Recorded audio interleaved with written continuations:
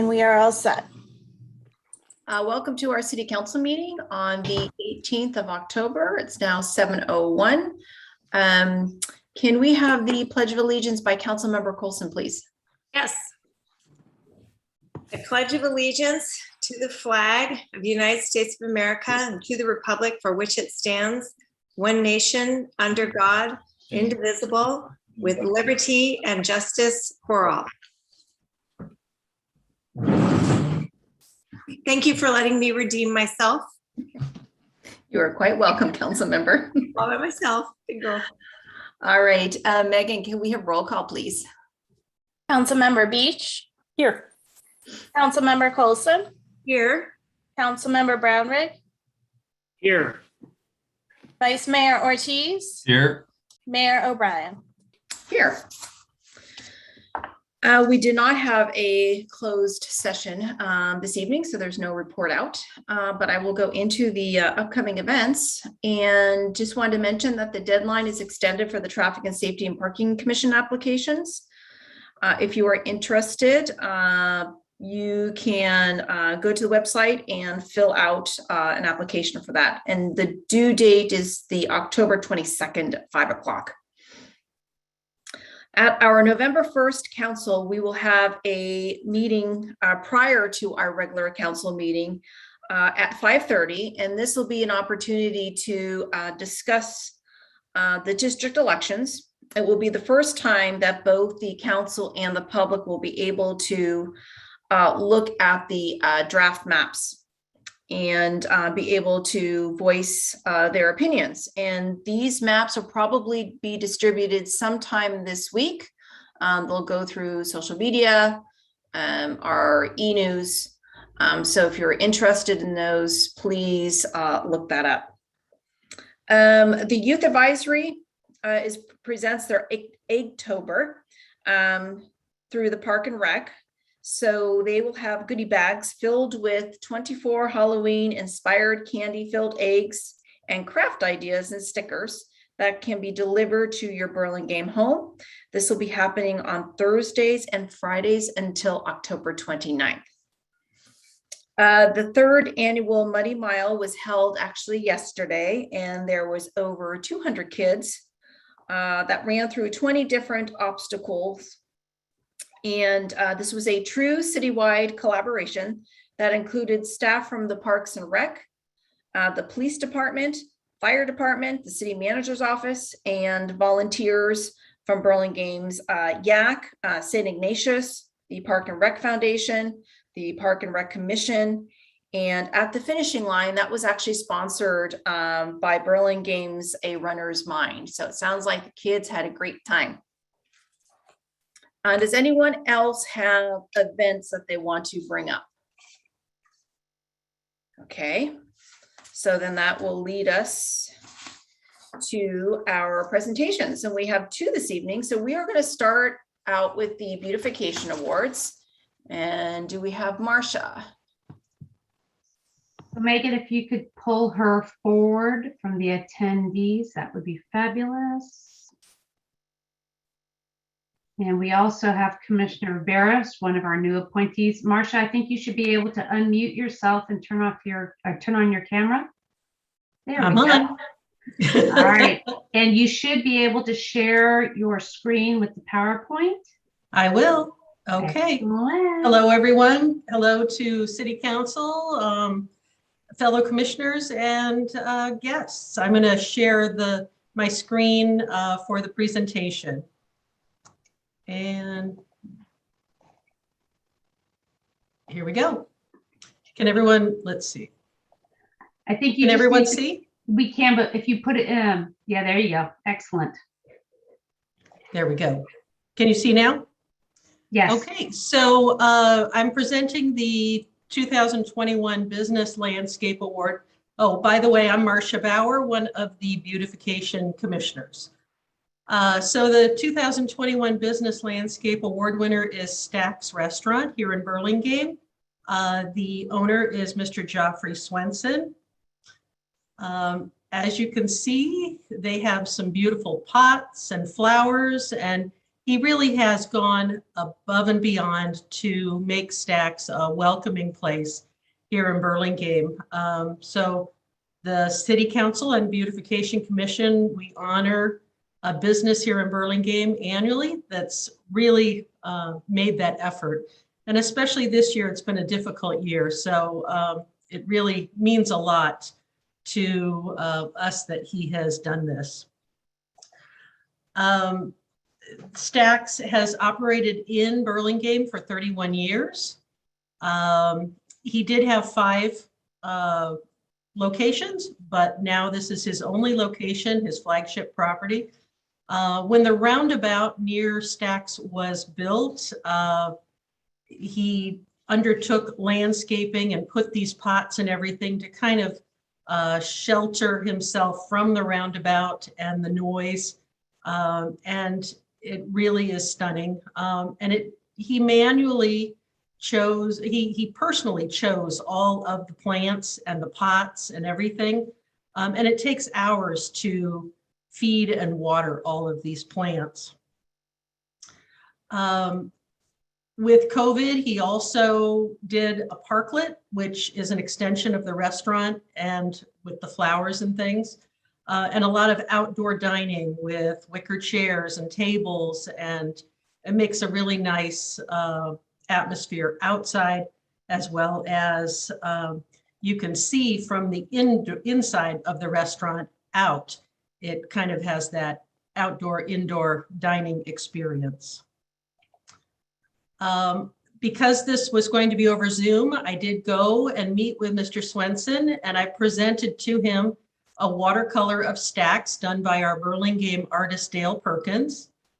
Dale has been providing his original art to the winners for over 10 years now. So I took Dale with me, and this is a picture of Dale and Mr. Swenson together getting the art at that time.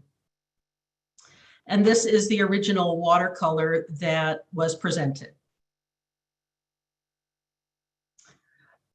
We also presented a plaque to Mr. Swenson from the Beautification Commission. This is the plaque, obviously, and Mr. Swenson receiving it. So he will be putting the plaque as well as the watercolor up in his restaurant. So at this time, we'd like to welcome Mr. Swenson to speak to the council if he would like. That would be great. And we have Mr. Swenson.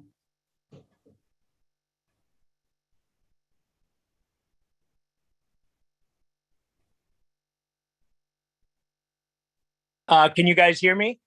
Yes, we can. Okay. Well, first of all, I want to thank the city of Burlingame and the city council and Marcia and all the above. A little bit humbled.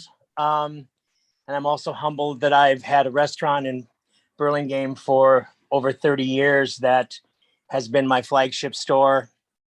Burlingame has gone up and above the call of duty that I feel that most towns that I've had restaurants in to keep their town not only beautified, but also vibrant, and contributed a lot to the success of us small business people. It was a little tough when the roundabout went in. I was coming out of another problem with one of my restaurants, and then that happened. And if you want to call lemons to lemonade, I will tell you that as bad as that year or 14 months was, it enabled my sidewalks to become extremely large, room for tables and chairs, and let me survive the COVID crisis, along with the city granting all of us small business people parklets for us to survive, which I want to voice at the council meeting, is an incredible contribution to your small businesses and to us restaurateurs.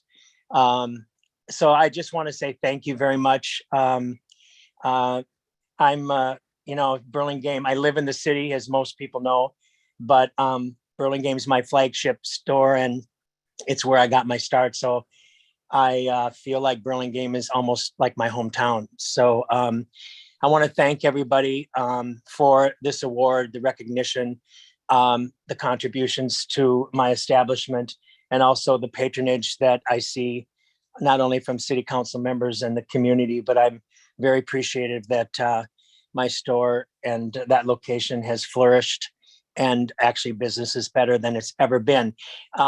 You know, in the restaurant business, we have three components. We have food, service, and ambiance. And it's extremely hard to find the balance to have all three of them for the longevity and the success in your business. My staff, many have been with me the full 30 years that I've been in business, contributes to that success. Our food, our kitchen has done great, but the beautification of the outside has really contributed to getting us out of the COVID crisis and onto the path of continued success. And we couldn't have done that without the city of Burlingame allowing us restaurateurs and all of other businesses to place things on the sidewalk, to beautify our town, to be proud of our town. And, you know, and I just really, really want to thank them for that. We, back in 1993, I believe, I came, I don't know how many are listening tonight that were around in those days, but in 1993, I went to the city of Burlingame City Council one night and said that I thought it would be really lovely if we had outdoor dining. And I believe that Stack's was the very first restaurant that was granted tables and chairs, at that time only for the Lorton side. I always had a vision for all my restaurants to be like Paris sidewalk cafes, even though they were American cafes. And all my locations through the years all were replicas of Burlingame, although Burlingame was always the jewel because of the great corner. I want to also thank my landlord, the Sabatinis, for contributing to my success and also allowing what's happened through the years to Saks. So in short, I want to thank everybody. I really appreciate it. Doesn't go unsaid. And again, a big thank you to the city council and the government of Burlingame for really taking care of us small businesses. Thank you. Thank you very much, Mr. Swenson, and congratulations.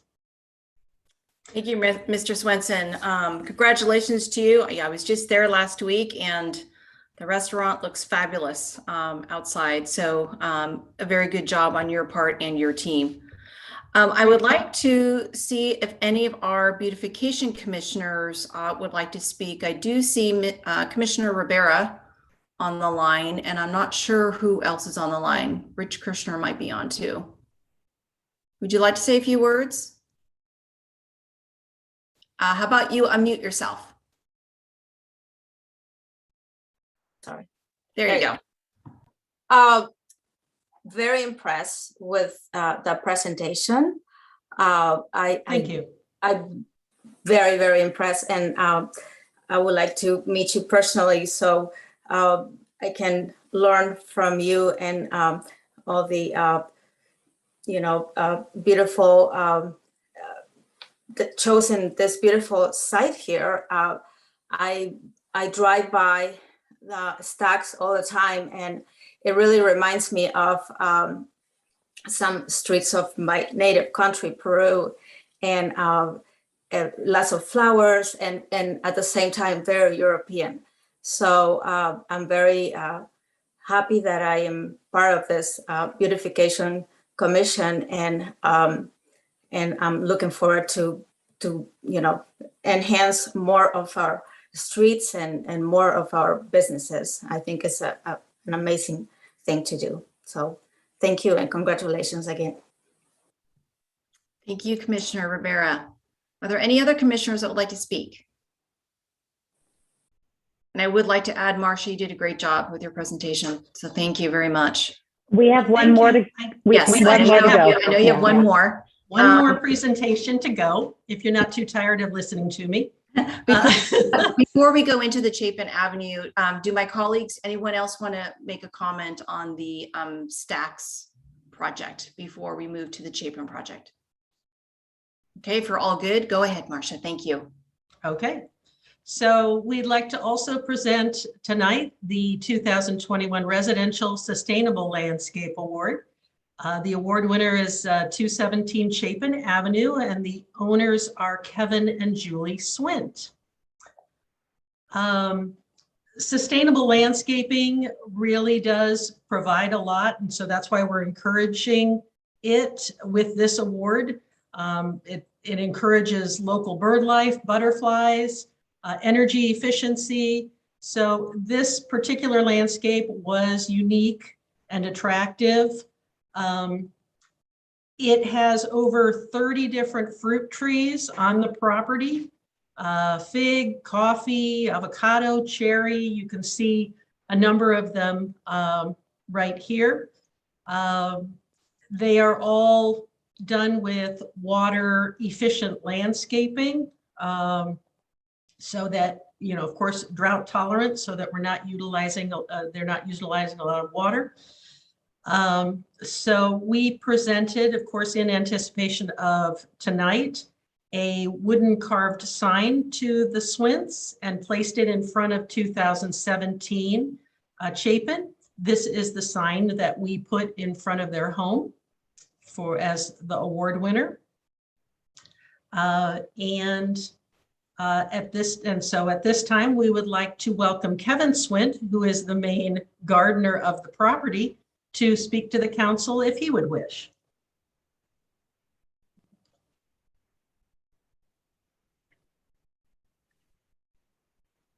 Hi, can you hear me? This is actually Julie. Oh, hi, Julie. It's actually my daughter's picture that just popped up. Kevin got stuck in Miami, so he has asked to come and speak in his stead. But he wanted us to thank you so much for this honor. It is absolutely all Kevin and has nothing to do with me or the kids. We've lived here in this house for 15 years, and the garden has always been Kevin's passion. It's, you know, like a meditation. So we all just get to enjoy, you know, part of his passion. So he just wanted me again to thank you so much for this honor. And we really appreciate you giving us this award. Well, congratulations. Thank you so much. Thank you very much, Ms. Swint. I'm sure your husband is spending endless hours keeping that up, but it looks absolutely wonderful. To my beautification commissioners, any comments? Okay, if not, how about my colleagues? Just looks great, and thank you. And I'm so happy to be able to walk by that property often and enjoy it and thank them. Thank you, everyone. Thank you very much, Commissioner. Again, wonderful presentation. Councilmember Brownrigg. Thank you. Thank you, Madam Mayor. I just wanted to thank both the commission for spending the time and cycles advancing these awards, and then the two award winners, both, you know, different prominence. I have to say, every time I go around the roundabout, I love looking at stacks and seeing what's changed.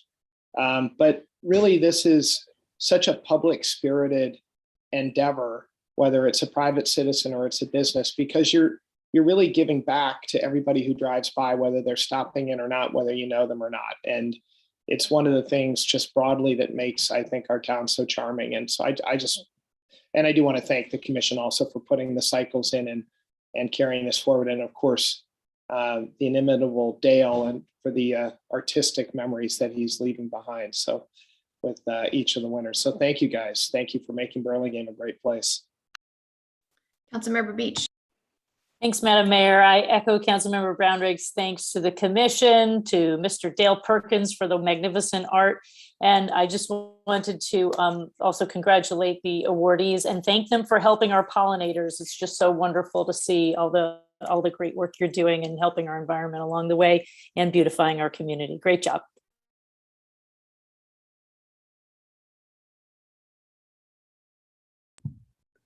Great. And I was looking under the attendees to see if Mr. Perkins was in the audience. I know there's a Perkins last name, so I'm not sure if he's using someone else's tablet, but if you are there, would you like to say a few words, Mr. Perkins?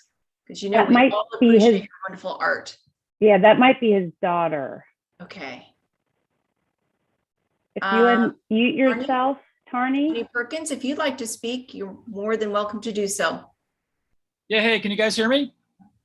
Yes. Hey, I just want to, this is Tarney Perkins. I'm actually in Manila. Thank you for sending me this link. This is so awesome. Every time this Burlingame beautification thing happens, I am so stoked by the whole thing. And you guys are so kind. It blows my mind that, after all these years, I see you guys. It's like I almost know you, and I've never met any of you, I don't think. And then I see my dad up there, and he enjoys doing this so much. And as you know, he puts his heart and soul into it, and he loves you guys too, and he loves Burlingame.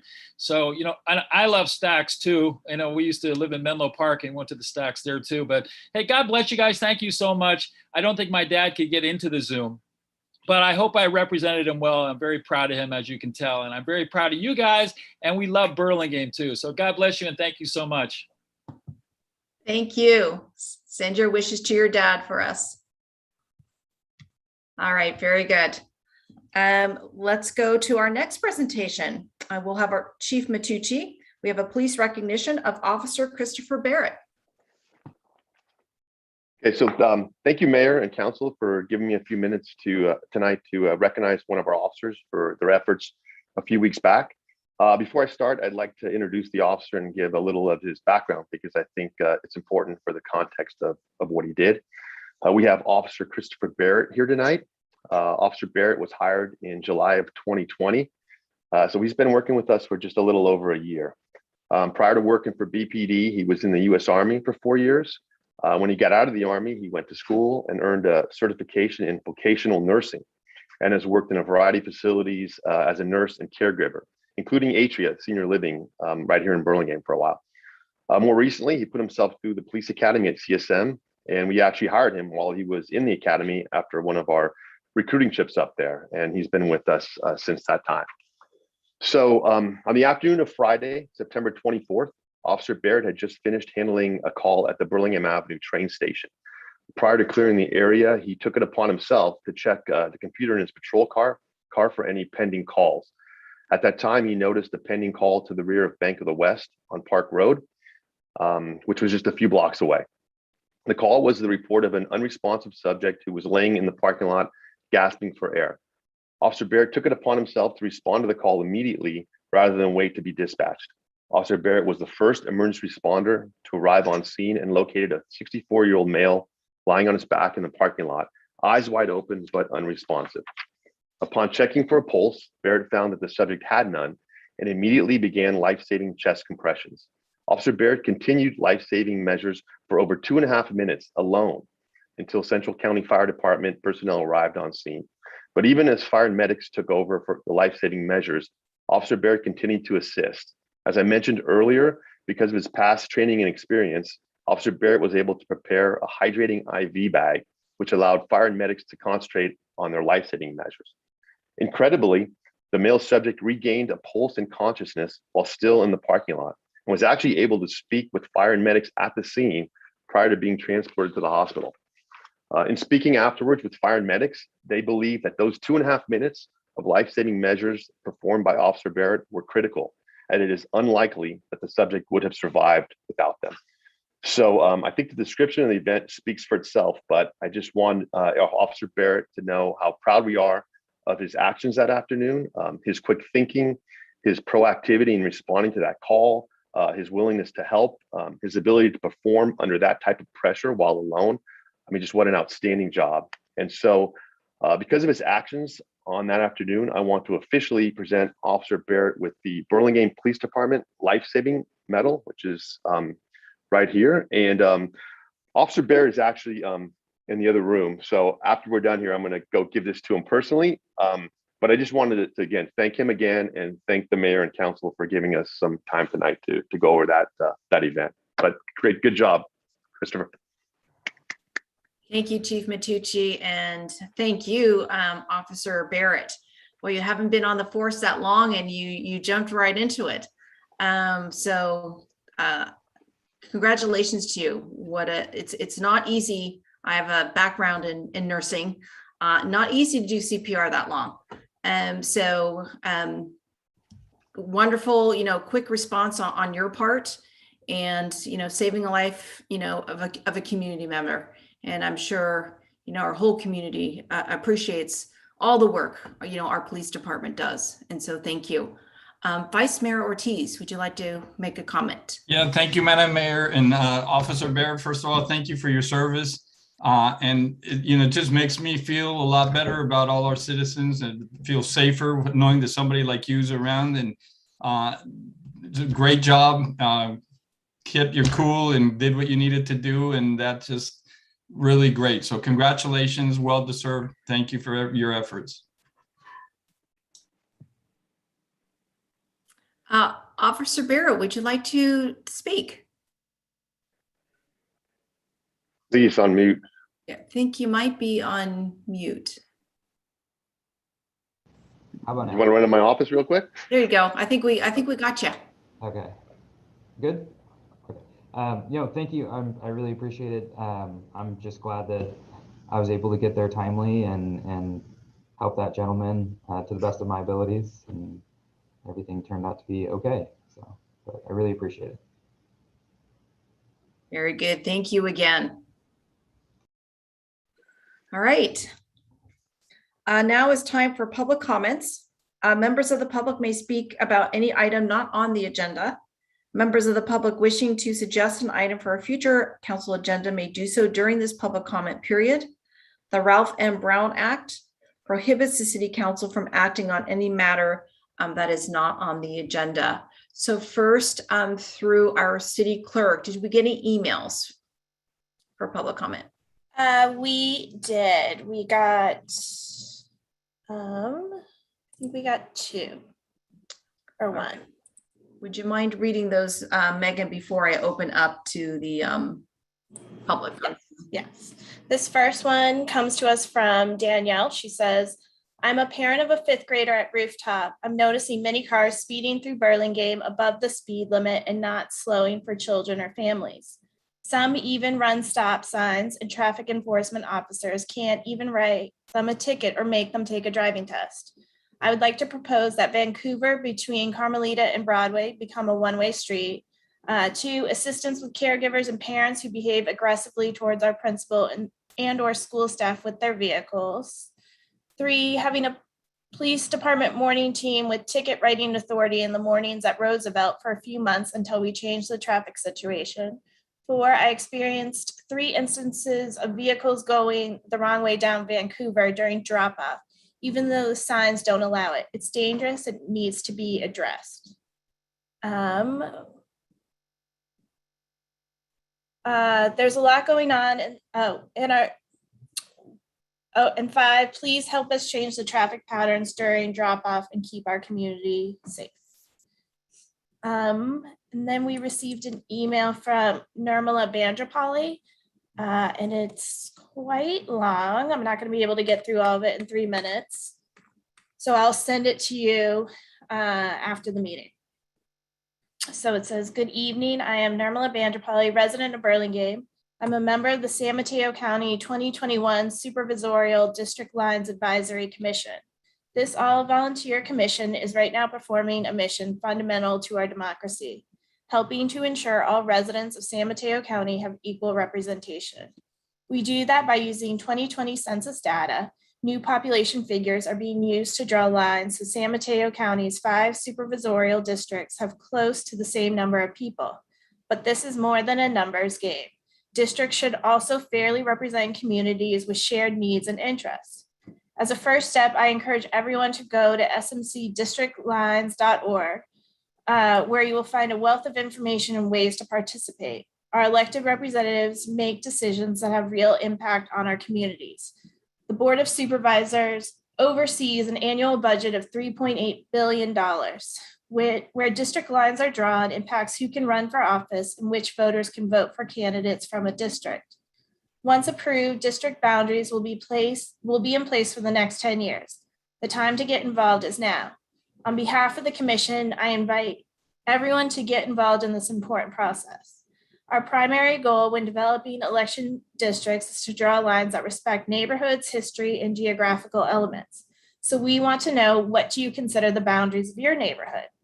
So she lists ways to participate. So you can submit written testimony about the process or a specific map to district lines at smcgov.org. Complete a community interest survey available online. You can share your opinion, provide public comment using the hashtag SMC District Lines on Twitter and Facebook. And they'll have a virtual meeting on October 21st at 6:30 p.m. She gives the link to the meeting, which I'll share with the council. And I think we've posted it in our e-news for the public. So the current deadline for the San Mateo County Board of Supervisors to adopt a final map is December 15th. And that's it. Thank you, Megan. I will now open it up to our attendees. Is there anyone from the public that would like to speak on an item that is not on the agenda? Okay, if not, I will close the public comment. And we will go into our consent calendar. So we have items 8A through 8J. 8J. Is there anyone that wants to pull something off the consent? Councilmember Beach. Thank you, Madam Mayor. I don't need to pull it. I just had a comment of congratulations on item 8J. Mr. City Attorney, may I say just a quick note, or do I need to pull it officially? If you're going to talk about it, then you should pull it officially. I'll Thank pull you. it. It's worth celebrating. Thank you. Okay, 8J will be pulled off. So I will go to the public comments. Megan, is there anyone that sent an email to pull anything off the consent calendar? All right. No, there's not. Of our attendees, I'm opening up public comment. Is there anyone that would like to pull something off the consent agenda? All right, so we will go back. And first, can I have a motion to approve items 8A through 8I? So moved. Second. So motion made by Vice Mayor Ortiz, seconded by Council Member Brownrigg. Megan, can we have roll call, please? Councilmember Beach, Yes. Councilmember Coulson, Yes. Councilmember Brownrigg, Yes. Vice Mayor Ortiz, Yes. Mayor O'Brien. Yes, so motion passes 5-0. So now on to HJ, Councilmember Beach. Thanks, Madam Mayor. Just a note of congratulations to our Public Works Director, Mertuzza. I just was so delighted to see the staff report that he was really invited, one of 40 Public Works Directors in the entire country, expenses paid, to San Antonio, Texas for a invitation-only Public Works Summit. I think it speaks so highly of how well-regarded he is nationally as a leader, and it certainly reflects well on our city. So congratulations, Director Mertuzza and City Manager Goldman for this, great accomplishment. I know he'll bring back lots of great insight for our team. Thanks. And with that, I'm happy to make a motion to, unless anybody else has a comment, to approve item 8J. Thank you for your comments, Councilmember Beach. I just want to echo those comments. We are so fortunate to have our Director Mertuzza on our team. He's just done a phenomenal job. I've been fortunate to work with him for many years on the council, and he's just truly dedicated employee to the city of Burlingame. And so congratulations. And I hope that you have a memorable visit and report back to us and tell us how it went. Okay, any of my colleagues? Madam Mayor, if I could, I just want to echo all the congratulations, and I would be happy to second Councilmember Beach's motion. Okay, And have a great trip, Mr. Director. That's a great honor. Thank you, Council. Madam Mayor, we should open it up to the public. Thanks, Megan. All right, Okay, so thank you for the comments. So now I'll open it up to public comment. And let's start with, I thought I saw a hand up, it just went down. Okay, Jim. You want to unmute yourself?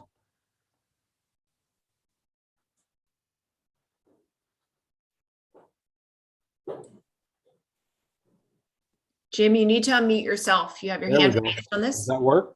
There you go. Can you Perfect. hear me now? Thank you. Yes. I am new to this Zoom program that you have here. And so this is my first time, and I'm just trying to figure out how to work this thing. I guess I did send an email into the council today, I believe, that responded to this SB 9. Okay, Jim, Yes, ma'am. we're not there yet. Okay, so when can I? Is this Mr. Briggs? Yes. Okay, Mr. Briggs, so we're not there yet, but when we get to that item number, I will open it up again for public comment. This How is will I know public that? comment for the consent calendar. How will I know when that's open?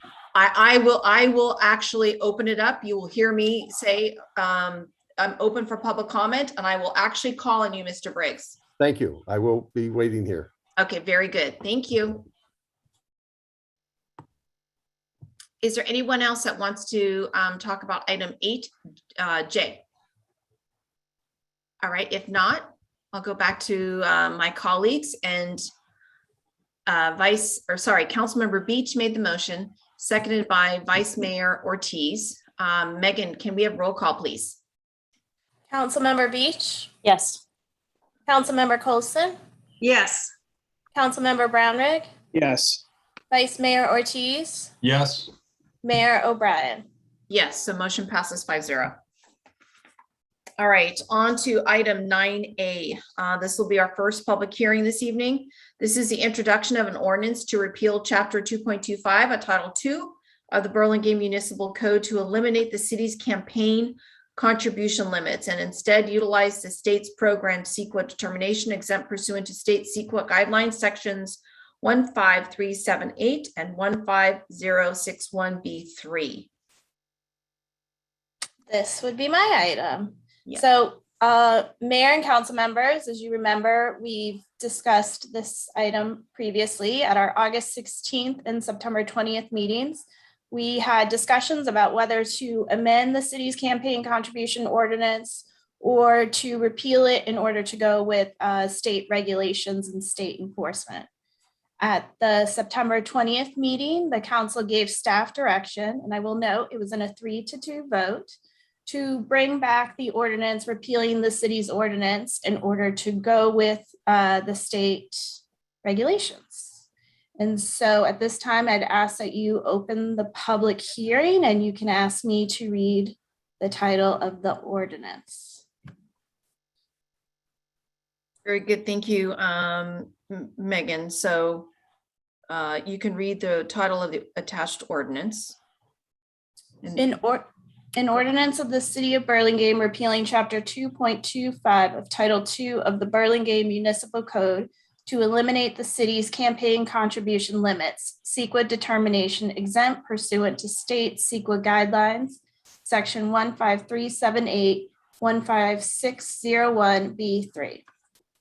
And can we have a motion to waive further reading and introduce the proposed ordinance? Motion to waive further reading. Do we have a second? Second. Okay, motion made by Councilmember Coulson, seconded by Vice Mayor Ortiz. Roll call, Megan? Councilmember Beach. Yes.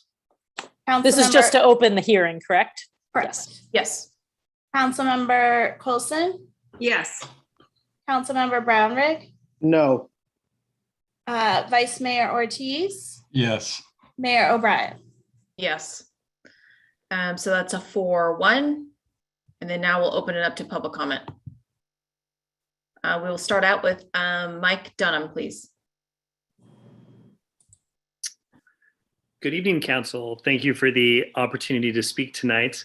I had not heard about this potential move. Otherwise, I would have commented previously. As you all know, I ran for Burlingame City Council in 2019.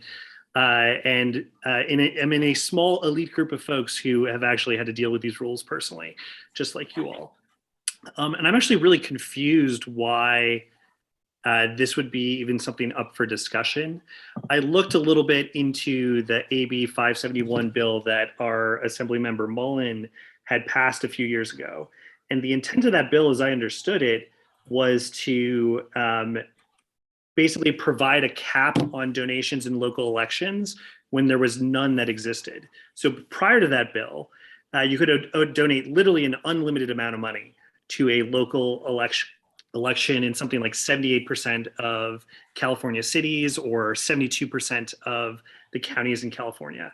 And the whole point of the bill was to say, okay, if there's no default limit, then at least you have to abide by the state limits. So the whole goal was to get away from, allowing $100,000 donations to local elections to something, that's at least within the ballpark of reasonableness.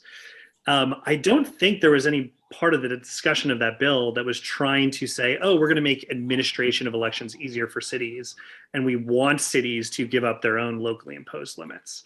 And I think I read through some of the notes from the prior meetings, and as someone who's been through myself, I really think it's a mistake for the sake of local democracy to lower, to like suspend these limits and really effectively, multiply the campaign contribution by a factor of 7 or 8. It really, I think, is going to lead to some odd situations where you'll see, someone's close friend donate $10,000 to their campaign with a spouse, and then they're done fundraising. Like, that's plenty of money for a district election in Burlingame. And so they don't need, it's a whole part of, just because they have one rich friend, that's a whole part of the campaign they don't have to worry about. I'm all for simplifying the process and making it easier on Megan to administer. It is complicated. The whole finance director needs to tell you how much inflation was, so you know what the current year limit is. Make it something simpler, a nice round number. Maybe it goes up by 10 or 20 bucks every year, whatever it is. But I think it's a pretty big mistake and not the intent of this law to suspend your local limits. And I would encourage you, I don't know if anyone's talked to Assemblymember Mullen, but I think it'd be worth talking to his office about what they intended. And I have to think he would be surprised to hear that a city was using his bill as a reason to suspend these limits. So I hope you'll reconsider, at least defer until you can talk to his office. And thank you for listening. Thank you. Is there anyone else? All right. We'll go back to my colleagues. We have discussed this twice already. So do we have any comments on this? Councilmember Coulson, followed by Councilmember Brownrick. Thank you very much. So to me, the more people who can run for office in whatever way they choose to run is better. And a lot of people are not good at fundraising. They don't like to do it. They have a really hard time asking people for money. And they may want to have a friend or a couple of friends may say, hey, you should run. Why we would discourage people from running for city council is, I think people should be able to raise within the limits of the state. That the state has told us what to do around housing. The state has told us what to do around transit, sea level rise, lots of things. So why wouldn't we comply also with the state regarding the elections? I think that there might be people who would like to run but are very uncomfortable fundraising, and maybe this would give them an opportunity to run. I think people can impose their own limits if they so choose. They can let the electorate know, I won't take any more than $500 from an individual person or entity. People can set that up themselves and make those decisions alone and what's right for their campaign. But I don't want to do anything to hinder anyone from potentially running for office. And that's why I'm willing to just comply with the state. And frankly, that's what the vast majority of other cities on the peninsula have done. Councilmember Brownrick. Thank you, Madam Mayor. And I respect that point of view, though I disagree with it. Our city, I commend our council for so often being ahead of the curve. And on this one, we were ahead of the curve. So, these limits were set in 2007 by a forward-looking council. As I understand it, though I couldn't find the minutes, it was a consensus vote. And it was in reaction to a 2005 election in which an awful lot of money had poured into it. And there were deep concerns about that making the playing field unlevel.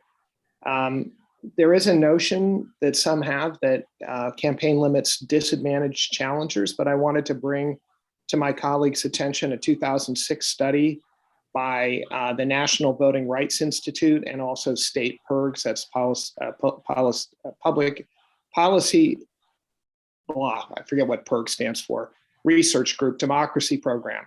And they released a study that found, after looking at thousands of elections across the country, there is no support for the, and I'm quoting, there is no support for the notion that campaign contribution limits hurt challengers. In fact, according to the study, contribution limits can work to reduce the financial bias that traditionally works in favor of incumbents. So I know I can count to 5. I know why we're here, but I still urge colleagues to rethink this decision and to return to the more limited contribution limits that we had. Again, I think we were leading the pack, and I think I'd like to see us stay it as thought leaders and not followers. Thank you. Councilmember Beach. Thanks, Madam Mayor. I agree with Councilmember Brownrigg, and we won't rehash it. We had 2 very robust discussions, but I did think Mr. Dunham's comment about the spirit of the law was an interesting comment. I do think, I continue to be concerned that even if these district elections cost more because you have to reach more people in a gubernatorial or presidential election, even if they cost $50,000, that means you could fund your campaign with, 5 couples donating to your campaign. I do think, to Councilmember Brownrigg's point about the foresight of the council in 2007, I appreciate that the city clerk attached that ordinance 1801 to our staff report. And I think they were spot on. And what it says in that ordinance 1801 is this ordinance is intended to establish fair contribution limits that will reduce any actual or perceived influence of contributions on elected city officials while ensuring that candidates can raise the money necessary to conduct effective campaigns for office. I think we could continue to accomplish that with a reasonable limit that's set below $5,000 per individual. So I think that council was, the spirit of it was right, and I wish we weren't headed in the direction of allowing 5,000 per individual. Thank you. Vice Mayor Ortiz. Thank you, Madam Mayor. I've really struggled with this one because initially I was really in favor of keeping our limits, and I really struggled with the whole concept. But when you look at how much, I'm just looking at what we all raised and how those limits applied and how that worked. I'm just, again, some huge amounts were raised that are well beyond what's needed to run for this election. And so in my mind, it's, there's things that are being done to kind of skirt these limits by, adding people who contribute. And so in my mind, I think I just figure we take it away from the city clerk who has, personal and professional connections to us that might make it uncomfortable for her to enforce some of these limits that we've placed, and just put it up to the state. And again, I'm really uncomfortable with $4,900, but I've really thought about this and I think it's the right thing to do. So again, not an easy decision. Thank you, Vice Mayor Ortiz. I just want to put a comment in before I do second round of comments if people want to future comments. So I am going to go along with the state mandate. I mean, I do agree with Vice Mayor Ortiz that, we shouldn't have to take that high of, an amount from people, but the whole election is transparent. And so it's really for our voters to look at, who's donating, how much is being donated to candidates, and make that decision for themselves when they vote. The concern I do have actually, and we don't know right now, is with the district elections. You're going to have fewer people voting because you're in district elections. And so like I said, I do not know the answer, but it is a concern that I have. that, when you have a whole community that's voting for, 3 people one year and then 2 people another year, they will, contribute to multiple candidates. However, if we go into district elections, I'm wondering if that's going to be the same. And so it might be actually harder to raise the money because people may just focus on their own district and not the general city of Burlingame. So it may be harder to raise enough money to run the election, even though there's less people. So I think this might help with that. But like I said, it's a transparent process. And that's why I'm going along with this, is because I think it's up to the voters to decide. If they see a candidate that may only have a few donors, they may think, well, I may not vote for that person because maybe they're not involved enough in the community, or they don't, they haven't walked a whole lot of houses or made enough phone calls, etc. But that's for the voter to decide. I think the councils, and I was on the council when we passed this initially, people have been very good, in the history of Burlingame in regards to these campaigns, and I hope that continues. So, I hope, future candidates use good judgment. And if they don't, then voters will decide whether they have or they haven't. But I do think it might be more difficult once we turn into district elections for people to raise money. So this gives a little bit of leeway over our present limits. On that note, Councilmember Coulson. Thank you. Yeah, I agree with the mayor on that. I hadn't even thought about the fact that probably just people within your district will give you. And I think also what the districts do is they bias toward people who've lived in the community for a very long time, and they're not as friendly to new people coming into the community, emerging into the community, people who don't have children, young people who may want to run for council but don't have the deep roots. I mean, just take a look at how much money was raised in the last election. And you can see that even with $500 a chip, people can still raise, $70,000, $80,000. I mean, that's way more than you need to run an election. So whether it's, 4 people giving 20 or, and then also, which I appreciate Mr. Dunham's comments, but it's hard. He was a little bit newer, and I believe, had more people outside of Burlingame financing his, campaign, which is fine. But again, it makes it harder for people who are, just here, new, and don't have the roots in the community to solicit the money. So, and I think that was why another candidate maybe dropped out of the race last year early on, was after the first fundraising, and they saw how much people raised, they exited and dropped out of the race. And I just hate to see, when more people running, to me is better. You have more robust conversations. So I want to knock down all the barriers to people coming. So that's, again, why I'm going to support this. Thank you for entertaining a second comment. All right, on that note, can we I'll make a motion to approve the state funding limits.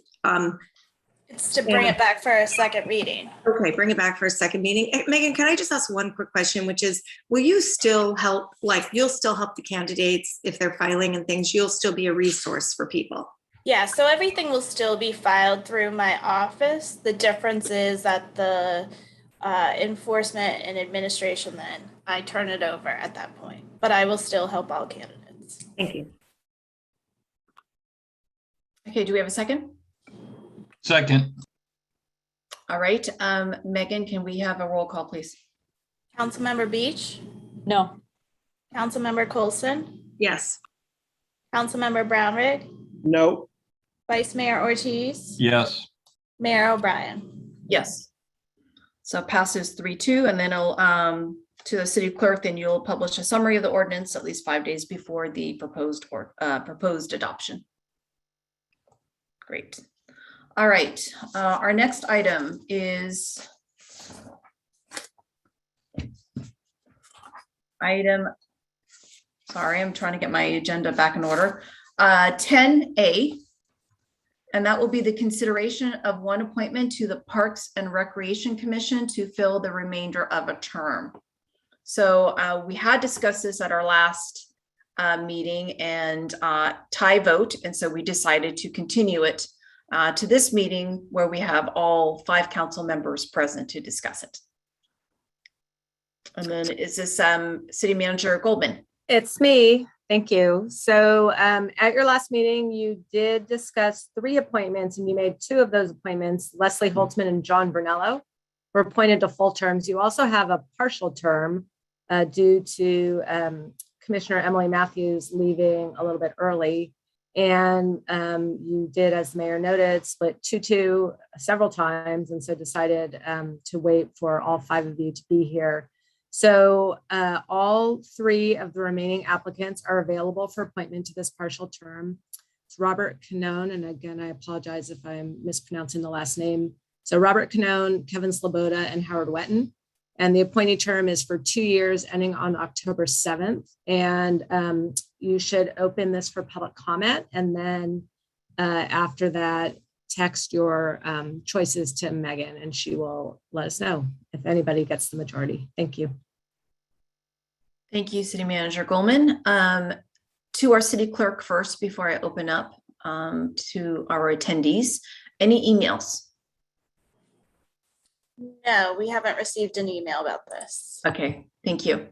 All right, so I'll open it up to our attendees, and this is in regard to item 10A. We have Charlie. Do you want to mute yourself?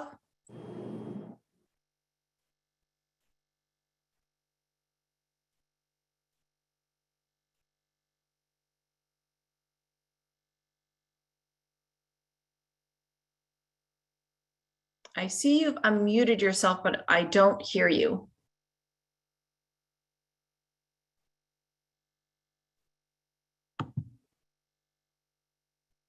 I think that may also be his phone number. So it may be that he needs to unmute his phone.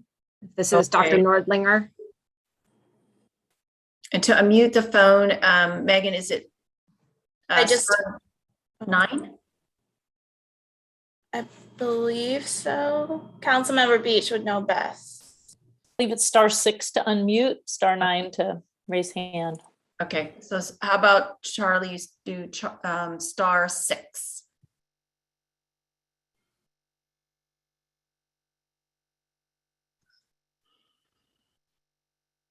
Okay, I see his hand is not up. Could type it in the chat to Megan, right? We don't have chat, but he could Don't have always chat for the. he could email me. Can he email you? Yeah. Let's see if you can email our city clerk. It's probably easiest at publiccomment@burlingame.org instead of trying to spell my last name. And then can I, through our city attorney, can I close a public comment and then let our colleagues discuss while we're waiting for this email, or should we just wait? You certainly have the option of closing it, letting your colleagues discuss, and then reopening the public comment again if you wanted. But procedurally, it just might be smoother if you give him a couple of, a moment or two before taking the discussion. All right, why don't we do that then? We'll wait a little bit longer. Is there anyone else in the audience that would like to speak on this item number before I close public comment? Okay, no. Oops. Okay, we can try again. You can try again, Charlie. If you're on the phone, press *6.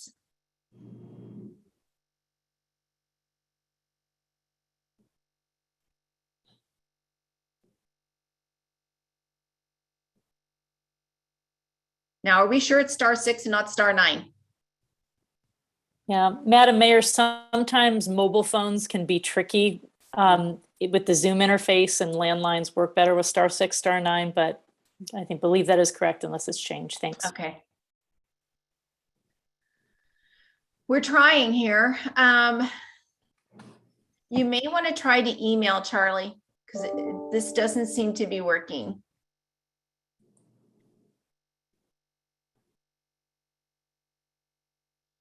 So I'm going to close a public comment.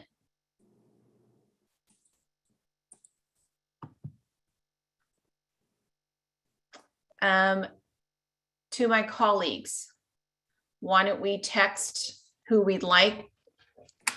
Oh, Vice Mayor Ortiz. Yeah, Madam Mayor, I just want to make a quick comment if I could. Sure, I just want go ahead. I think it was my absence that created the situation, and I just want to apologize for not being here. I was in a rural part of Colombia visiting family, and my internet was just impossible. So just want to apologize to everybody for creating the situation, and I'm ready to vote. Okay, very good. So why don't we text Megan then our vote?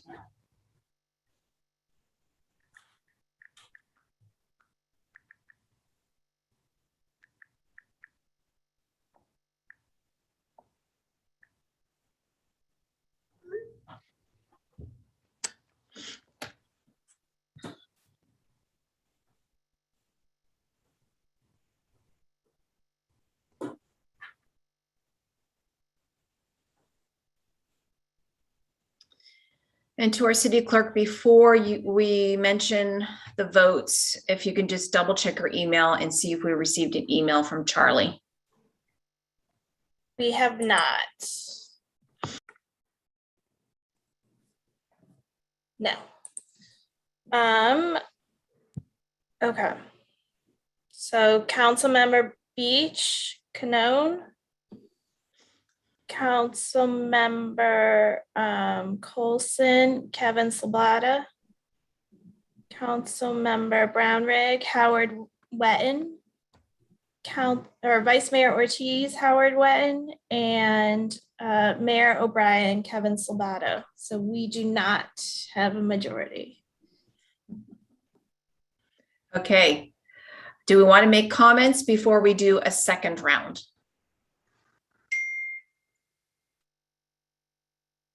Okay, why don't we do then a second round and see what happens?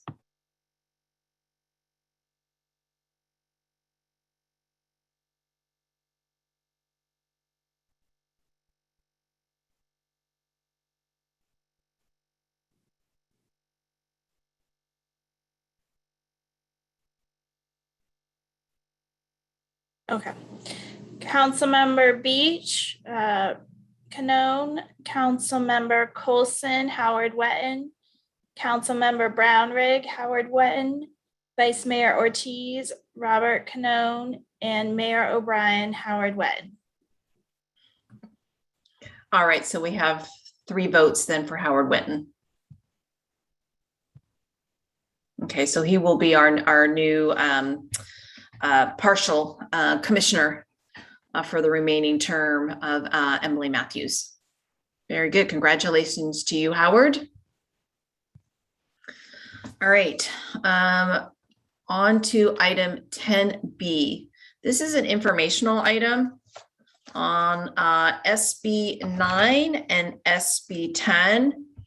Just for clarification for the public, SB 9 and SB 10 have both passed at the legislative level, at the state level. So this is nothing that we can vote on, but this is informational for both the public and the council. And then it also gives the council an opportunity then to ask questions of clarification with SB 9 and 10. Now to note, I did say SB 9 and SB 10 passed at the legislative level, at the state level. Now at the local level, we have to follow the SB 9 since it was passed by the state, but SB 10, that is actually still under local control, but our council at this time has not chosen to pursue that. Okay, on to Director Gardner to give us a staff report. Thank you, Mayor O'Brien and members of the council. We suggested this item. We know that staff has been receiving a lot of questions on SB 9 and SB 10, and we expect council members have as well. So as you mentioned, Mayor O'Brien, this is meant to provide an overview of the legislation and then also introduce our proposed work plan for complying with SB 9. Oops, and I need to share a screen. So here we go. And I have a few slides. We will be going over a summary of SB 9 in a few slides. Less detail, there is more detail in the staff report, and then SB 9 and SB 10 are also attached to the staff report if anybody wants to really look at the legislation more closely. I'll go over what we suggest as a proposed work plan in 2 different phases, and then 1 slide on SB 10, both to introduce what it is and to confirm whether or not the council would want to move forward with that, as it is optional. So in thinking of how to describe a complicated issue, some of us, I know when I took a journalism class in high school, we learned the who, what, when, where, why, how. That kind of tells the story. If you can answer all of that, then maybe you're making sense of something. I've changed it a little bit, so it's where, what, when, why, and how. As was just mentioned, we're really not here to discuss why.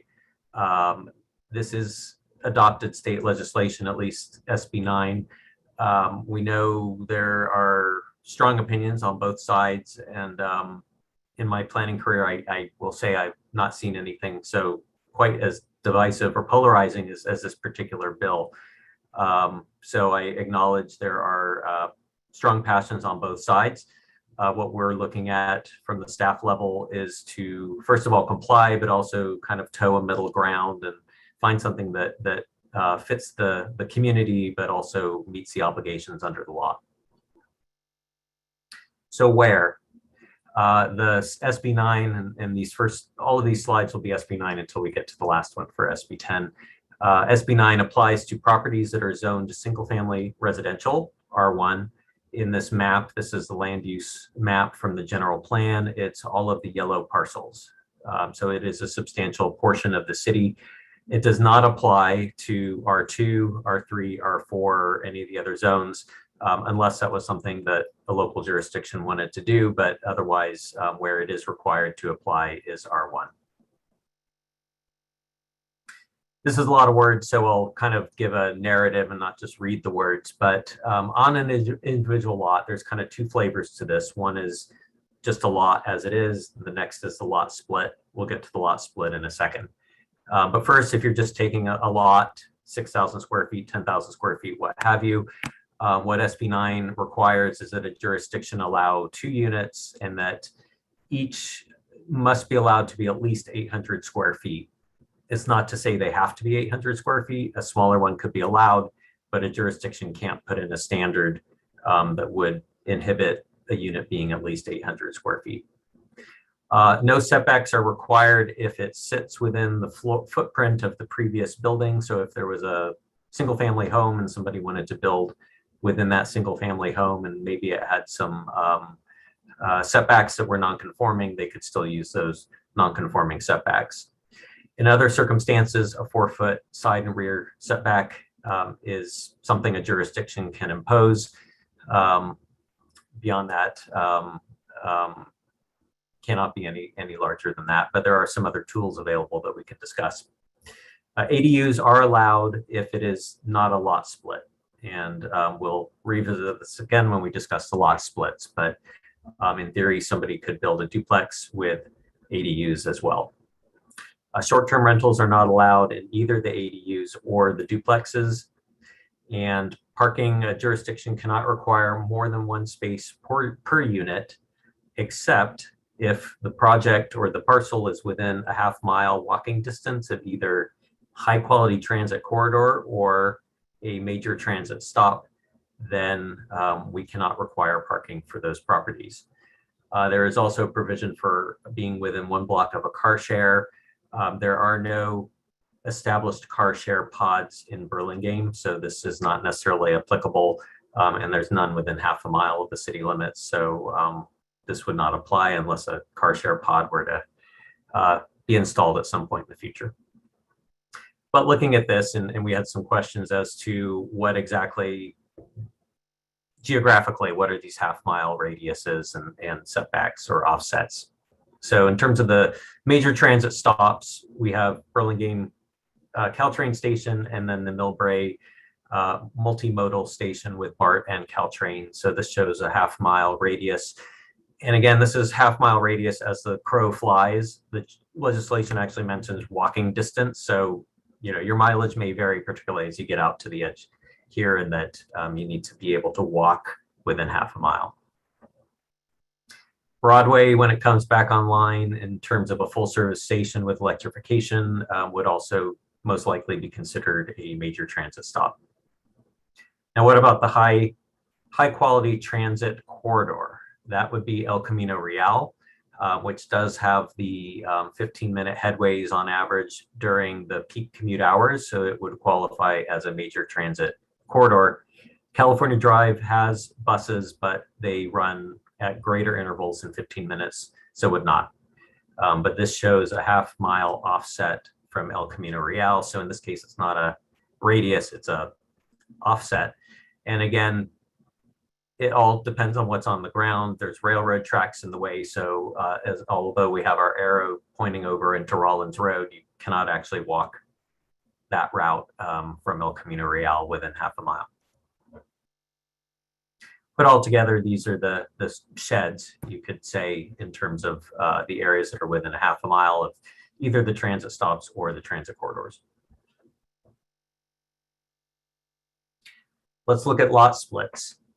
And this is confusing. The legislation gives some parameters, but not all the parameters, and begs as many questions as it does answers. But at the very least, both parcels, each parcel must be at least 40% of the original lot size. So you can't have one big parcel and then one teeny tiny little sliver or pocket in the corner. They both need to be approximately the same size, 60-40.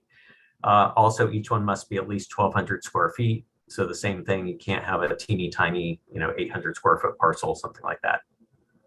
There cannot be sequential lot splits. So once a lot is split, you're done. You can't split a split lot.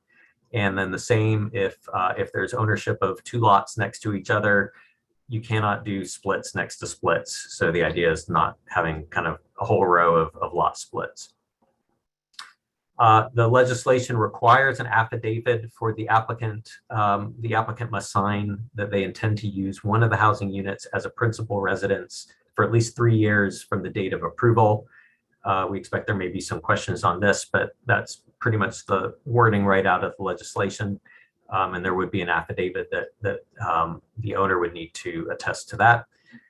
And then ADUs may be restricted. And when we say restricted, we could say if there's a lot split, then there's no ADUs. That is within the parameters of what a jurisdiction can do. When? So this takes place, it becomes effective January 1st, 2022. And it's interesting if you compare this to the ADU legislation. The ADU legislation was very prescriptive and didn't leave a lot of, there was a little bit of interpretation and wiggle room, but not a lot. SB 9 actually does have these parameters we just went through. That's pretty much it. So it does leave a lot of discretion. What we don't want is to find that discretion as sort of an open menu on January 1st, where an applicant could come in and say, basically make the rules themselves. So we would prefer to have rules in place that we feel the community can live with and abide with, that will also meet the intent and the spirit of the legislation, but also realize it may take a little more work than what we can do between now and January. So here's our work plan in terms of how, and this is what we're proposing. We are open for discussion and input on this. We are in the midst of doing a zoning ordinance update, so the timing is kind of lucky in that we can just plug in some very basic standards within the time frame of what we were already planning to do. And ideally, we get there by the end of the year, so we're good for January 1st. Our sort of thesis that we're moving forward with is to replicate the massing, the standards of the single family home. So whatever is allowed for a single family home in terms of setbacks, FAR, lot coverage, height, those would apply to the 2 units as well. So the intent is to retain that house scale of neighborhoods. And, from that perspective, Burlingame is unique in that the single family regulations are pretty detailed. And in particular, the floor area ratio is something a lot of cities don't have. So that is a good tool to have. And it could work quite well in terms of just having a kind of basic approach in place. As I said, the intent is to have those basic standards just so we have something to go with on January 1st, should we have applicants wanting to pursue projects. But we see this is also, it is a bigger deal than just putting together some basic standards. So starting in the spring, we'll have something in place January 1st, but we want to keep working on this and really work on refining the standards to reflect more Burlingame building patterns. Perhaps there will be a subcommittee of the Planning Commission, maybe even with the City Council. We really want to kind of dig into this further. Really look at, they do need to be objective standards, and objective standards are ones that can be measured and verified. So that is our kind of part of the work plan. But a form-based code is maybe something we look at where we really focus on the building form. What kinds of things do we want these types of buildings to look at? And then we'd want to expand some community engagement as well, so that we get some perspectives on that.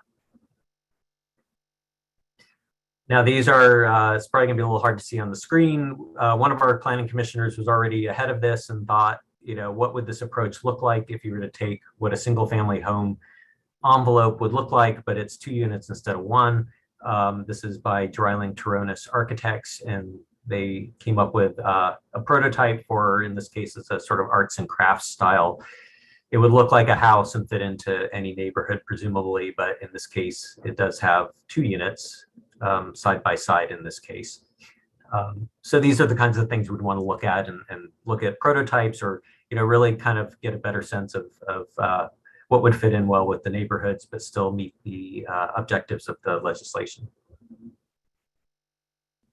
We can also look at our neighborhood design guidebook for inspiration. Now, these are design guidelines, so they are not necessarily objective, but one thing our planning commission has looked at and considered is, are there guidelines here that could be converted to objective standards? And because generally the guidebook works very well. It was adopted more than 20 years ago and has resulted in some nice looking houses, and perhaps there are some lessons to be learned from that as well.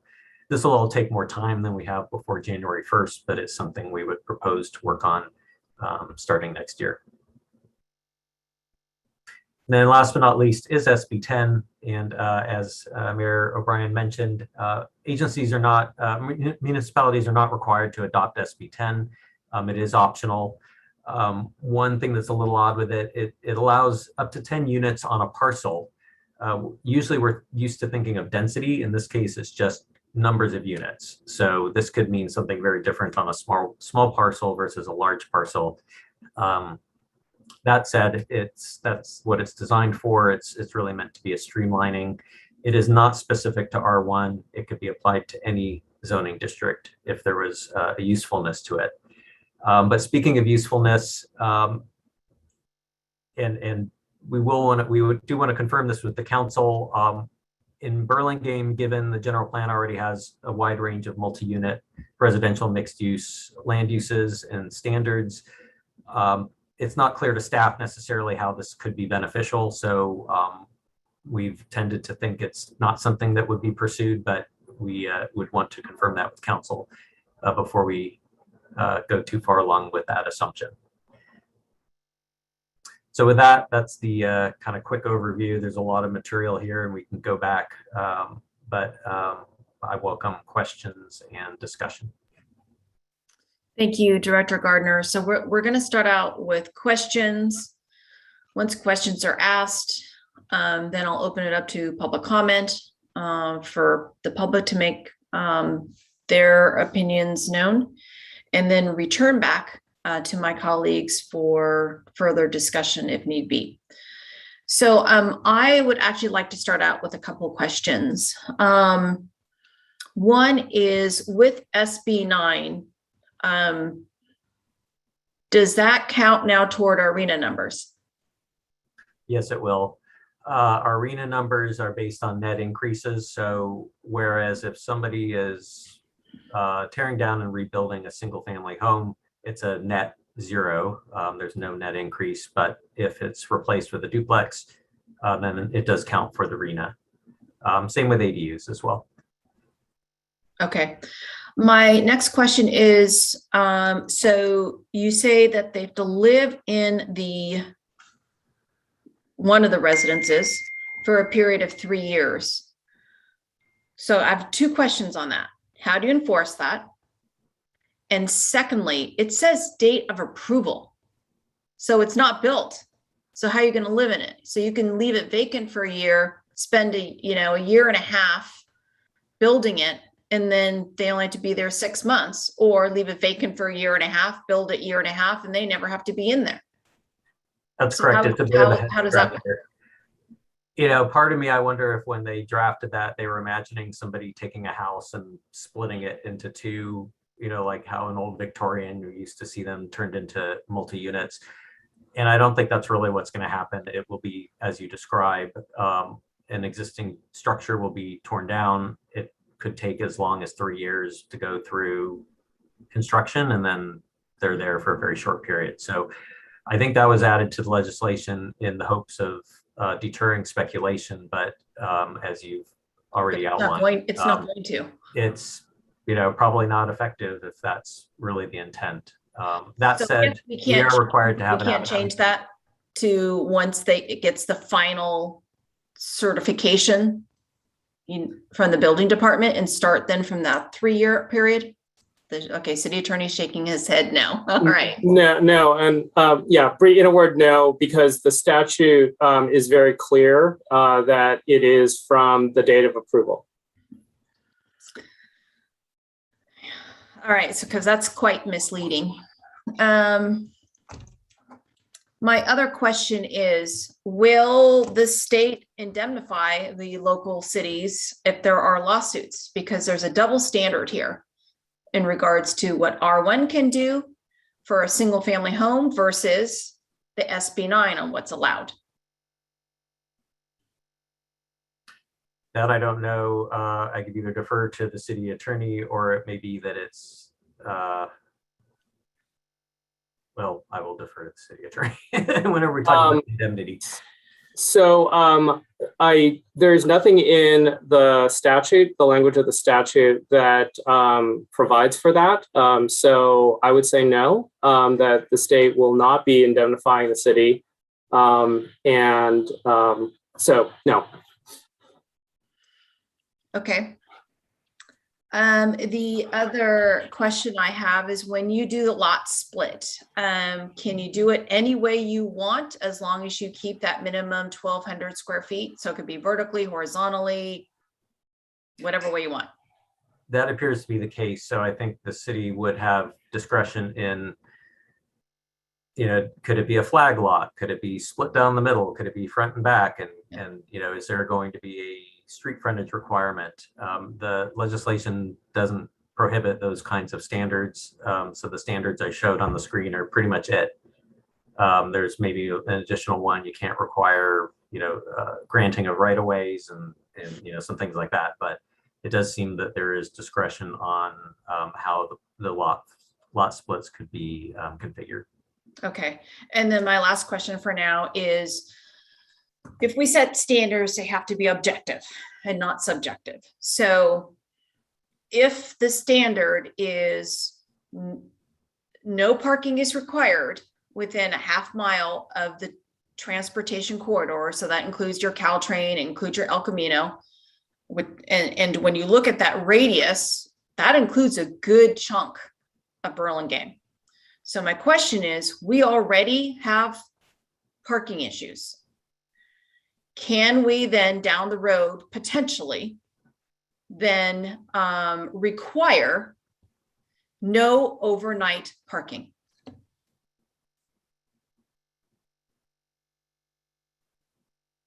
Because my concern is a public safety issue.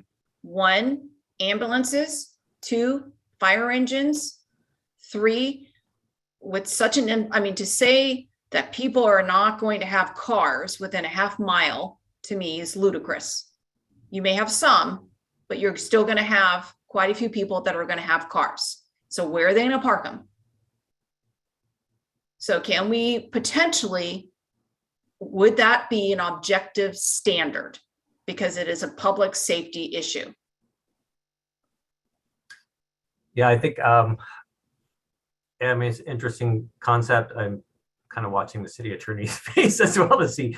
We may not be able to answer that right now. I don't think it would be considered a standard in the sense of it's something the city could do independently, and then, you know, it would certainly have an impact on the thought process that goes into developing a site. So, you know, it could have a meaningful effect. And I think it would not be considered an objective standard, or one. It's just, it's a policy or regulation that could influence someone to possibly decide to put parking on. It's not to say somebody cannot. There's not a prohibition on parking, so it could compel somebody to build parking. The other thought we've had with this is, you know, you'll notice maybe you noticed or not, the prototype we showed did have parking. I think what we would also want to show are examples that, you know, maybe it's more like a pattern book or something where we show these are examples of duplexes that can have parking. You can fit the parking on there, because I think I agree. It's I understand you can unadvisable to but it doesn't mean developer is going to do it. You know, somebody's probably going to want to have a parking space. So that we've been kind of looking at every angle to figure that one out. But that's an interesting. We can continue to look at that the street overnight parking idea. Okay. Actually, I just thought of another question. So I would assume then if someone is doing a lot split, let's just say it's a homeowner, do they get reassessed then for their property taxes? I don't know the answer, but I would, you know, I'm thinking if the original house is, you know, I don't know. I don't even want to guess. Let us look into that. I would be afraid to guess wrong. Okay. I have a theory, but I don't want to be wrong Okay. if it's not correct. No worries. All right, great. Thank you very much, Director Gardner. Councilmember Brownrigg, followed by Councilmember Coulson. Thank you, Madam Mayor. I want to thank you and the city manager for putting this on the agenda. I think it's a very important conversation. And I will have some comments when we get to that part, but I do have a question, and that is, I got confused, Mr. Gardner, by the slide that seemed to indicate that a homeowner or developer could go to 4-foot, say, rear setback. And then later on the slide that indicated that we could have our own design guidelines on site, you know, on site coverage or FAR or setbacks. That seemed to be contradictory to me. So can you help me understand that? Yeah, and it is a bit of a contradictory aspect of legislation. They don't want a city to say, for example, you have to have a 20-foot rear setback. However, you know, some of the things we've thought about, if for example, we were to say you have a floor area ratio that's a certain amount, and then perhaps the house is required to be built to the front setback line. So you call it a build to line. That would in effect pull the mass of the house up to the front. And then you would run out of FAR before you got to that 4-foot rear setback. Alternatively, there could be, maybe it's just a 1-story in the rear, whatever percentage of the lot. These are the kinds of tools that we can work around or work with the 4-foot setback so that, in this case, we're looking for ways to not have 2-story masses right in the backyards, looking into other people's yards and such. We can't prescribe a wider setback, but there are, between FAR and heights, there may be ways to mitigate that particular requirement. And so your point, just to follow up, is that the ordinance does not prohibit us regulating FAR or height as we do today. That's okay. correct. Thank you. That's very helpful. Thank you.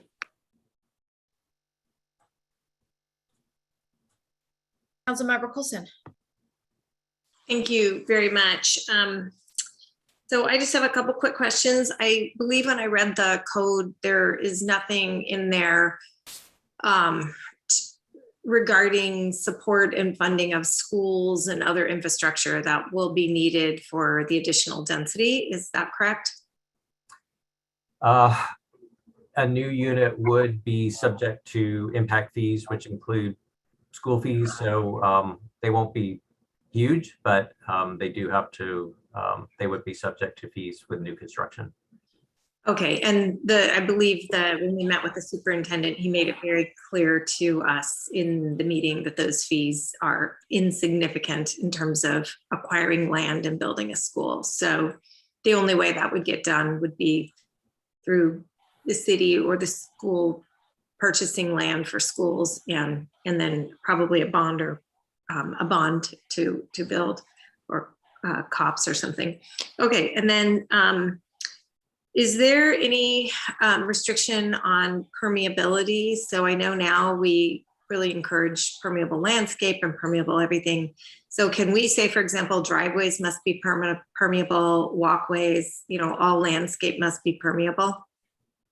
Because we're already now going to take and cover much, that's a huge environmental issue, right? Water filtration and the way that we don't want to have these concreted over lots that are then sending runoff into the street and into the sewer system. We want to be able to.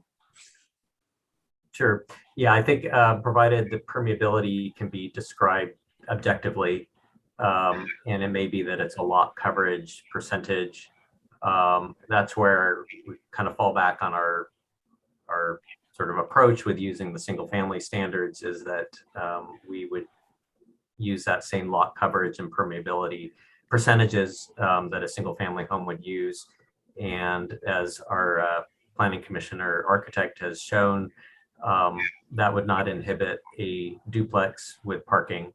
It can be done in the same way a single family home could. Okay, great.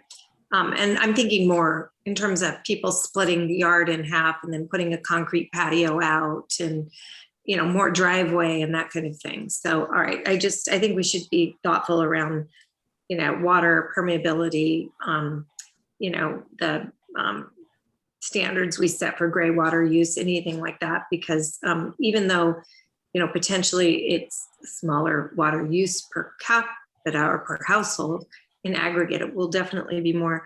And then finally, last thing is just on the RENA numbers. I actually have one more before RENA. So for example, my lot has a creek, and on our street and throughout Burlingame, there's lots of lots with creeks in them.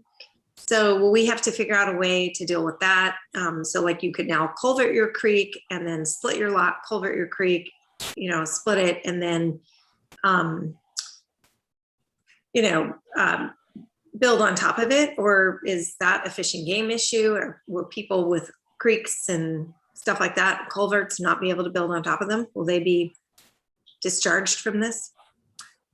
So yeah, the same rules that apply to a single family house would apply here. And I do see Syed, Public Works Director, popped up. It would be Fish and Wildlife, the same as with anything else. The legislation does not preempt it. It doesn't guarantee anybody the right to do a duplex or a lot split. So if the lot is not conducive to it, that's the nature of the lot. But if Mr. Matriza wanted to add to that. Madam Mayor and Council, Kevin is right. There are no exemption to the current standard related to the creek enclosure or the fish and wildlife standards that are currently followed. There are no exemptions or any relief from those requirements. And then, Kevin, there's also exemptions around fire as well, fire-prone areas as well as historic districts. Do we have any of those? So would there be any parts of our city that would fall under those exemptions? I don't believe the hills maybe would be the closest in definition, but I don't believe they do fit the definition of what's described in the legislation. We will want to confer with the CCFD regardless in terms of particularly lot split geometries and such, so we can have that discussion with them as well at that time. And I apologize, what was the second part of the question? I answered the first part. I don't even remember myself here, but it was just more around I think you've answered pretty much everything, unless there's something else.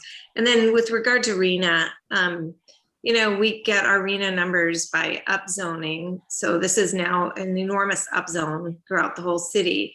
So I understand that if somebody built something, it counts toward the RENA number, check it off the list. But in terms of our RENA allocation of 3,000 units, we've just upzoned for, let's just call it 3 more units for single family homes, 6,000 single family homes, 18,000 more units potentially. Obviously, not everything will be feasible, but let's just call it even 10. Do any of those sort of rezoned units count toward your RENA? It could. So the approach we're taking with the housing element, so the RENA number is not changing with this legislation. So it is 3257. The assumption we had gone through is that we are wanting to demonstrate that the RENA numbers can be accommodated in the existing multifamily and mixed use zones without relying on SB9.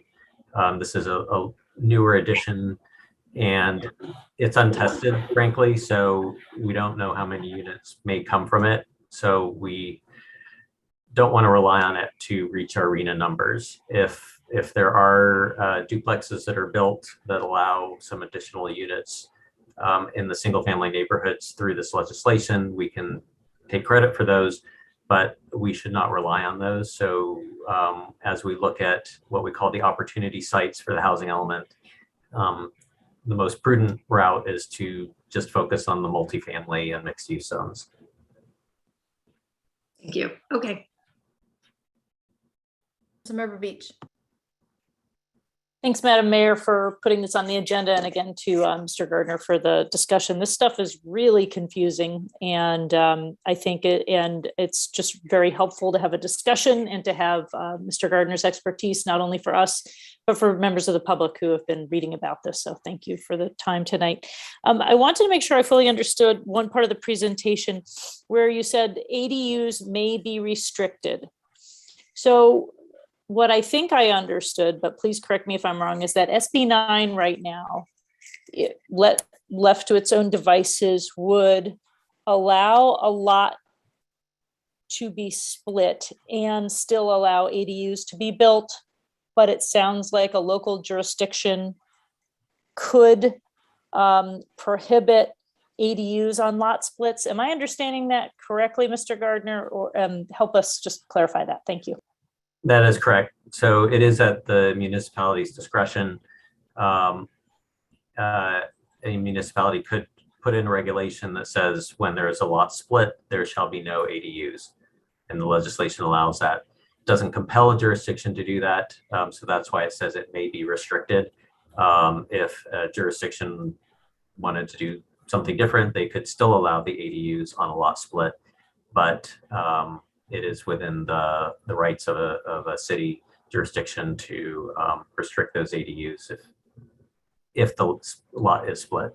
Okay, so if we're silent on that, then ministerially, somebody could come in, split a lot, and build ADUs as well.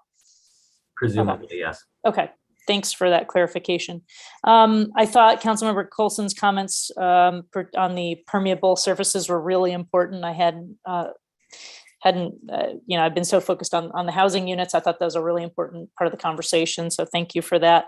And I do think, I've always thought car share spots have been very important, but I think it becomes even more important that we prioritize those around our community as we move forward. Thank you. Vice Mayor. Thank you, Madam Mayor, and thank you again for bringing this up. And I just want to kind of try to illustrate this, what it would look like in my neighborhood, because it looks like my whole neighborhood would be encompassed in the SB 9 boundaries that you showed us. So in Wright Park, we have a lot of very standard size lots. It's a 5,000 square foot lot mostly. What we're saying here is we can split that into two lots, one of 3,000 and the other one of 2,000 square feet. We could build two houses, one house in each one of those lots. Even the 2,000 square foot lot would have a house in it, and we can even build an ADU on each one of those. Is that correct? Yeah, that's kind of scary. Somewhat. So first I want to clarify the maps that showed the radius and the offsets. That just applies to not providing parking. Whereas everything shown on the map in yellow all the way up to Skyline Boulevard is subject to SB 9. It's just that once you get outside of those radii, you can require a parking space. You're correct in the assumption with the lot split that a 5,000 square foot lot could be split in two. Those would be pretty small lots. And it does beg the question, can you actually fit, at some point, can you fit a duplex on such small lots? But the legislation would allow it. If the jurisdiction decided not to allow ADUs, once there's a lot split, then basically it would be lot split, duplex on each lot. And that would be it. So there would not be ADUs if that was written into the local standards. So and what I said is, obviously that would be restricted by our FAR, which would limit the amount of ADU we could have in each one of those lots. But ostensibly, we could have 4 units in a 5,000 square foot lot based on this, and no additional parking requirement if we're within those boundaries that we talked about. That is correct. Okay, thank you. I'm scared now. All right.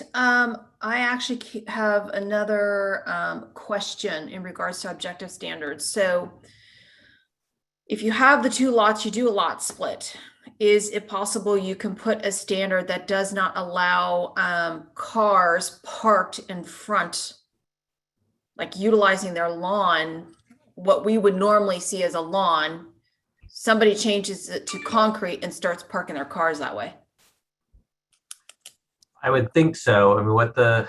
So the legislation says you cannot, trying to think of how the wording works. I think that is correct. We've thought about it the same way, in that you could require a front yard setback and not allow parking in the setback. And in fact, that probably would work, because what the legislation says is a jurisdiction cannot require parking if you're within these catchments of the transit. So that would be kind of confirming what the legislation says, which is we would not allow parking in that front yard area. Okay. And then the other thing is, can we add fees?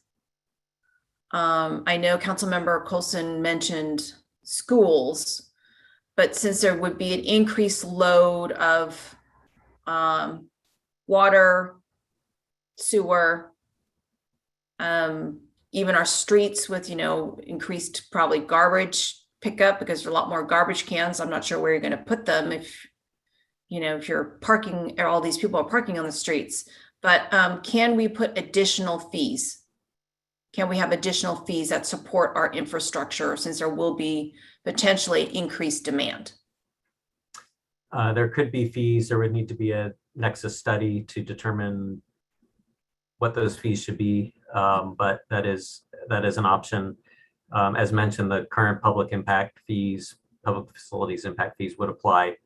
But if there's thought that this development would result in other unique impacts, those could be studied and a nexus determined. The one place where the hands are really tied is on the school fees. That is dictated by state law, and the school districts are required to have nexus studies, but they have parameters that they have to work within. So the city could not influence the school impact fees, but could look at other impact fees. Okay, very good. All right, on that note, I am going to open this up to public comments, but before I do that, to our city clerk. Have you received any emails?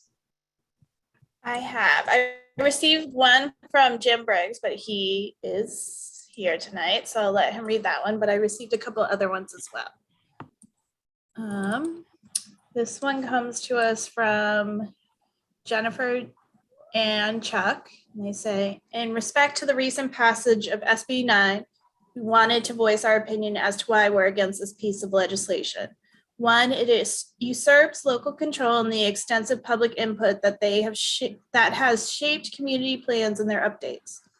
Local citizens, our elected officials, city professionals, and those who sit on critical commissions know the communities best and are best equipped to address urban planning. Two, without requiring additional infrastructure, it invites parking problems, school crowding, and additional pressure on police, fire protection, and other public services. Three, it reduces green space as current lots will be stretched to fit multiple units. Four, SB 9 seizes the property rights of homeowners who purchased their properties with the expectation that they were purchasing in a neighborhood zoned for similar single-family homes. And five, we already have multiple projects in Burlingame with well-established planning objectives, encouraging development near transit corridors and employment centers. We are very interested in hearing the dialogue tonight and how we as a community can address our housing shortages in a more coherent way that has proper local input. I also received one from Jennifer Fath. I know she's on tonight, but she also emailed me that her email is shaky. Or internet, excuse me, not her email. So I will read it out. Okay, SB 9. How or is a lot split defined? In which ways can a parcel be split? Examples 25 by 100 or 50 by 50 with no access, or flag lot style, or just based on any shape that adds up to the given square footage minimum. Shouldn't emergency access, fire department, police department be required in some way? What kind of setbacks will be used for resulting parcels, including landscape requirements? And then on SB 10, she notes, I realize this law is optional at this point and at council discretion, but can the council establish parameters by which and only by which a governing body can opt to invoke 10, so that there are legitimate grounds, if ever invoked, and not used for arbitrary and political purposes? And I believe that is it. Great, thank you very much. I do want to reiterate before I open the public comment that SB 9 passed at the state level. It was not something that this council pursued. We actually sent a letter to our legislators stating that we were not for SB 9. I even talked personally to Senator Becker, but the vote did not go the way that we would have liked it to. So tonight is not about whether you agree with SB 9 or not. It's been passed. So there is nothing we can do about that. So I just wanted to make that clear before I open up the public comment. All right, so I am going to open up the public comment. Please raise your hand if you'd like to speak. And I am going to start with Mr. Briggs, since he was on earlier and we just weren't at the right item number. So if you can unmute yourself, Mr. Briggs. I'm unmuted. There you go. Now we can hear you. And I want to thank you, Mayor O'Brien, for your input tonight and the effort that you've put into trying to get this issue resolved. And as I came into the meeting, I'm probably more confused now than I was when I started. But what I will read to you is I'll just read you, I won't read you the whole email that I sent. What I would like to talk about is the area of concern for the existing surrounding infrastructure. Because again, we have parking problems already. We have traffic problems already. We have water conservation problems already. We have sewer problems, the capacity already. We have fire and emergency responses. Those people are wonderful. We're going to double the people, their calls. I don't know how we're going to handle that. Noise levels are going to go up. Trash issues are going to be, now we've talked about, I know you guys have all talked about these subjects. Crime, I believe crime is going to wind up going up. What do we do with the police department? I just think that what the state has done to us as property owners here in Burlingame and maybe throughout the state, I don't want to talk just for myself or just for my area. I think throughout the state that everybody must have the same issues. I think it's just terrible what they've done to us and trying to take and with all the housing and with all the open land and all the properties that are out there, that they have to come to us and take charge of our properties. And I'm concerned because developers will come in. We know they'll come in because the money is there for them. They'll come in and they're going to split the properties and they're going to build them, and then they're going to move out, and we're going to be left with all that's come from what they have done to us. And I'm hoping just that you, as the committees that run our city, can do something about it. And I don't know what you can do, because I know it's passed. I know it has passed. But maybe there's some restrictions or some guidelines that we can put forth so that the developers just don't take advantage of us and just crucify us as we move on through the next 5 and 10 years. And I guess that's all I have to say. Thank you. Thank you, Mr. Briggs. Mike Dunham. Good evening to council. Thank you for the opportunity to speak again. I just want to point out some of the context that I think is really important here. SB 9 is a really good bill, and I know not everyone here agrees with that, but I think time will show that this was the right move for California. It was 105 years ago in 1916 when Berkeley was the first city in the United States to implement single-family home only zoning. They did that specifically to prevent a Black dance hall from opening in a white neighborhood. And they chose single-family zoning as the avenue for doing that because the Supreme Court had recently said you may not have explicitly racist zoning. So they found the next best thing, which was to erect economic barriers to people being able to live in certain parts of their cities. And disproportionately, those economic barriers fell upon people of color. I think when all is said and done, Burlingame's not going to look that different. You saw that drawing from one of your own planning commissioners of what a duplex might look like. It looks exactly like an existing Craftsman home, except with a second door on the front of the house. It's all going to be fine. I think as far as this council is concerned, I mean, you guys have a lot to do with in terms of figuring out the implementation details, and that's a lot of work. And I applaud you for working through that. I do think you all should think seriously about why did so many of our state legislators vote for this bill when you all are so vociferously against it. Every assembly member and every senator from San Francisco to San Jose voted yes on this bill. And I'm sure they heard all y'all's feedback on why it's such a terrible thing, and they still voted for it anyways. I don't think Burlingame is necessarily one of the worst cities on the peninsula, but I think you need to take seriously that there are some really bad actors out there. And when it comes to state legislation, they need to solve these problems by making sure the worst actors can't get away with what they will try to do. Palo Alto will do everything they can to not build housing. Cupertino will do everything they can to not build housing. And very few cities on the peninsula have shown any interest in fighting the fight to desegregate their most exclusionary neighborhoods. If you go on Zillow right now, the average home in Burlingame costs $2.67 million. 2.67. You have to be a double income tech household to afford that. Whereas a generation ago, maybe Burlingame was a middle class city.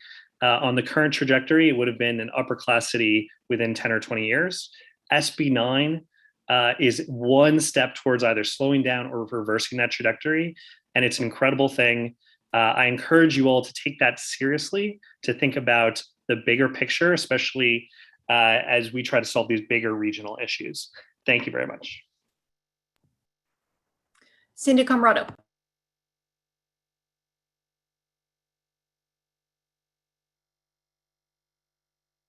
Hi there. Thank you, council members and Mayor O'Brien. So I would like to say that as a city, being a commissioner of the Planning Commission, that we have done a great job with both the council members and the Planning Commission to invoke some great new developments in town. The new parking lot on Park Road that is affordable housing. You as a council have created some great housing opportunities for all parts of life. I do think that we as a commission, and I encourage the council to look at the design. I feel that there's going to be some major issues when we come to design review. We have as a planning commission been very vocal in our design review process. We work really hard on our commission to make sure that homes fit in the neighborhoods. And I am concerned that this SB 9, without some sort of oversight, may create kind of a neighborhood that is not to look like what we already have. So I thank you for your time, and thanks for all your hard work up on the council. Thank you, Ms. Camarado. Is there anyone else? Okay, if not, I will close the public hearing.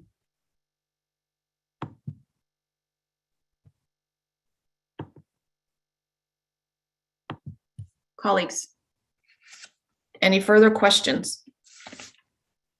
Because there's no vote on this. It's just informative.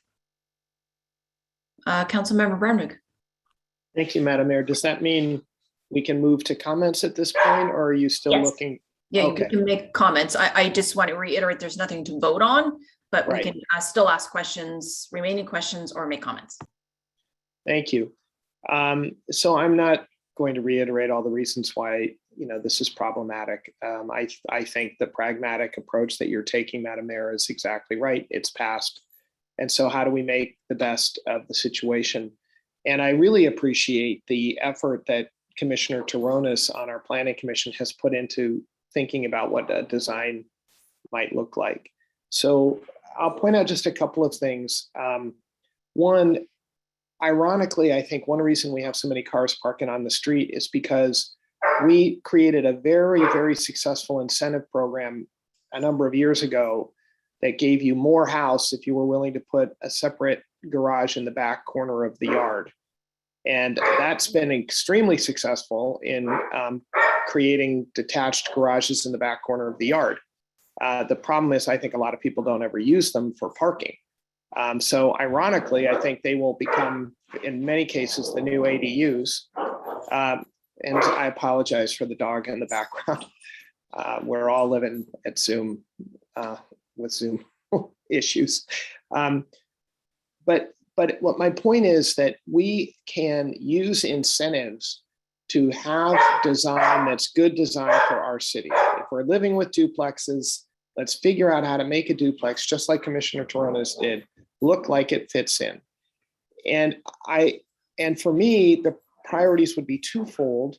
One, how do we incent creation of attached garages? So that's a move away from what we used to do. But I think attached garages in a duplex setting are more likely to get used, to your point, Madam Mayor, and more likely to keep cars off the street. And number two, and this is actually what worries me the most, and I think Ms. Pfaff touched on it, is I am very concerned about the lack of open space. I'm concerned about the impact on the urban forest. And I'm concerned that, whether you live in a strip that's 10 feet wide or 25 feet wide or 35 feet wide, people like having a little bit of garden to go out and garden.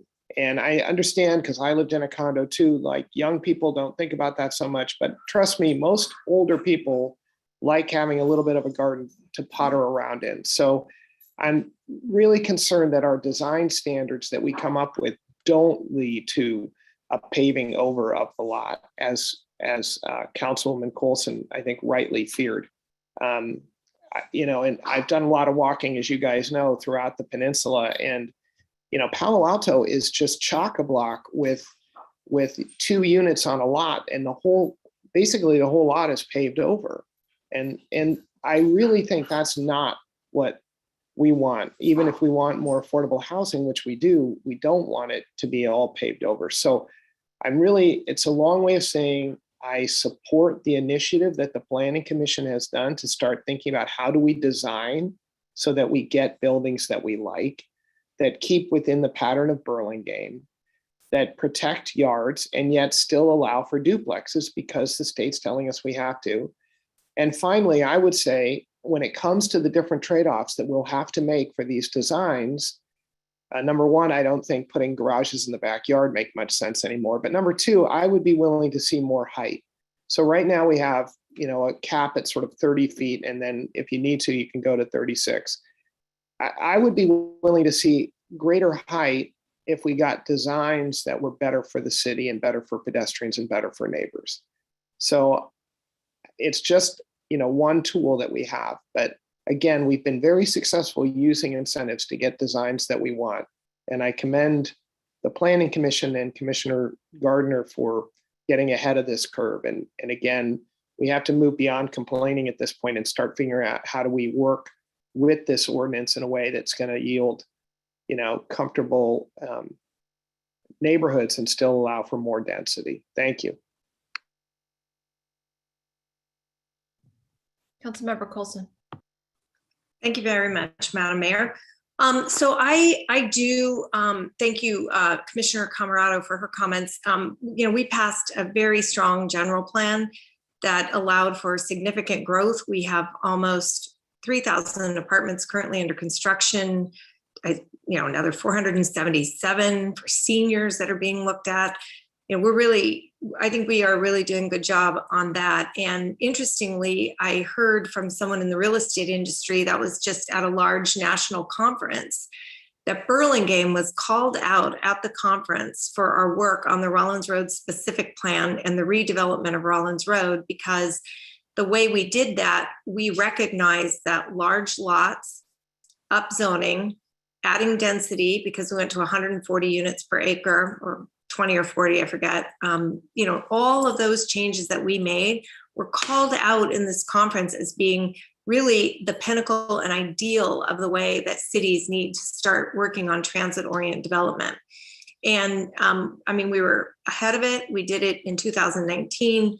And so my sort of, you know, biggest concern over this that I don't think the legislature really thought about is when you do have cities like Burlingame, and I wish they had put an exemption into this, and that would have been a good idea, like put an exemption in. And if you have zoned and are meeting your RENA numbers and you're, you know, maybe we don't build housing, we want to remind people we zone for it and we encourage it. And we've done it in a way that's working.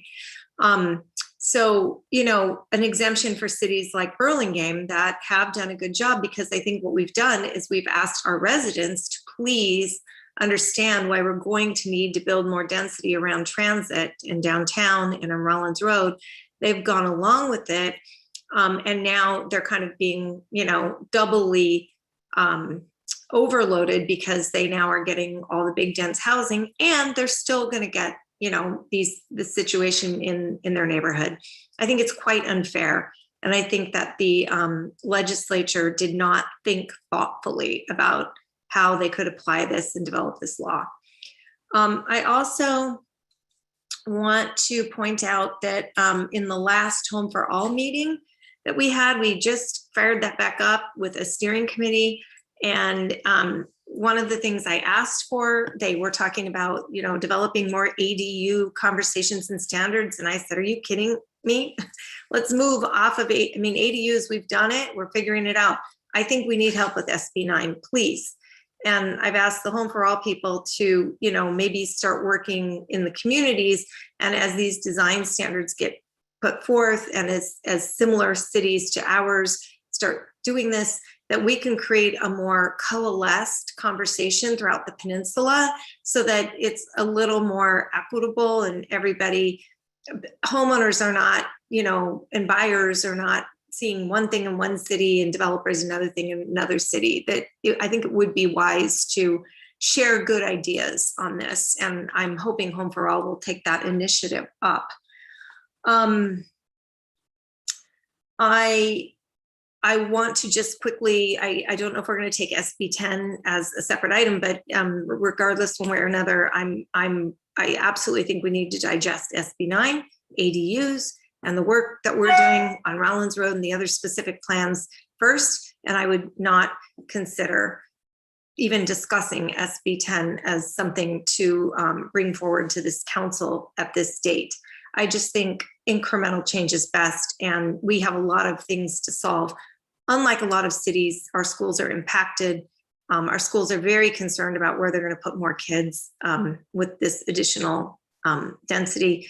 And we do not have a feasible and viable answer to that unfunded mandate from the state. So thank you, Kevin. Thank you, Madam Mayor, for bringing this up. And I look forward to participating in these conversations and figuring out a really good way to make this as feasible for Burlingame as possible. Vice Mayor Ortiz.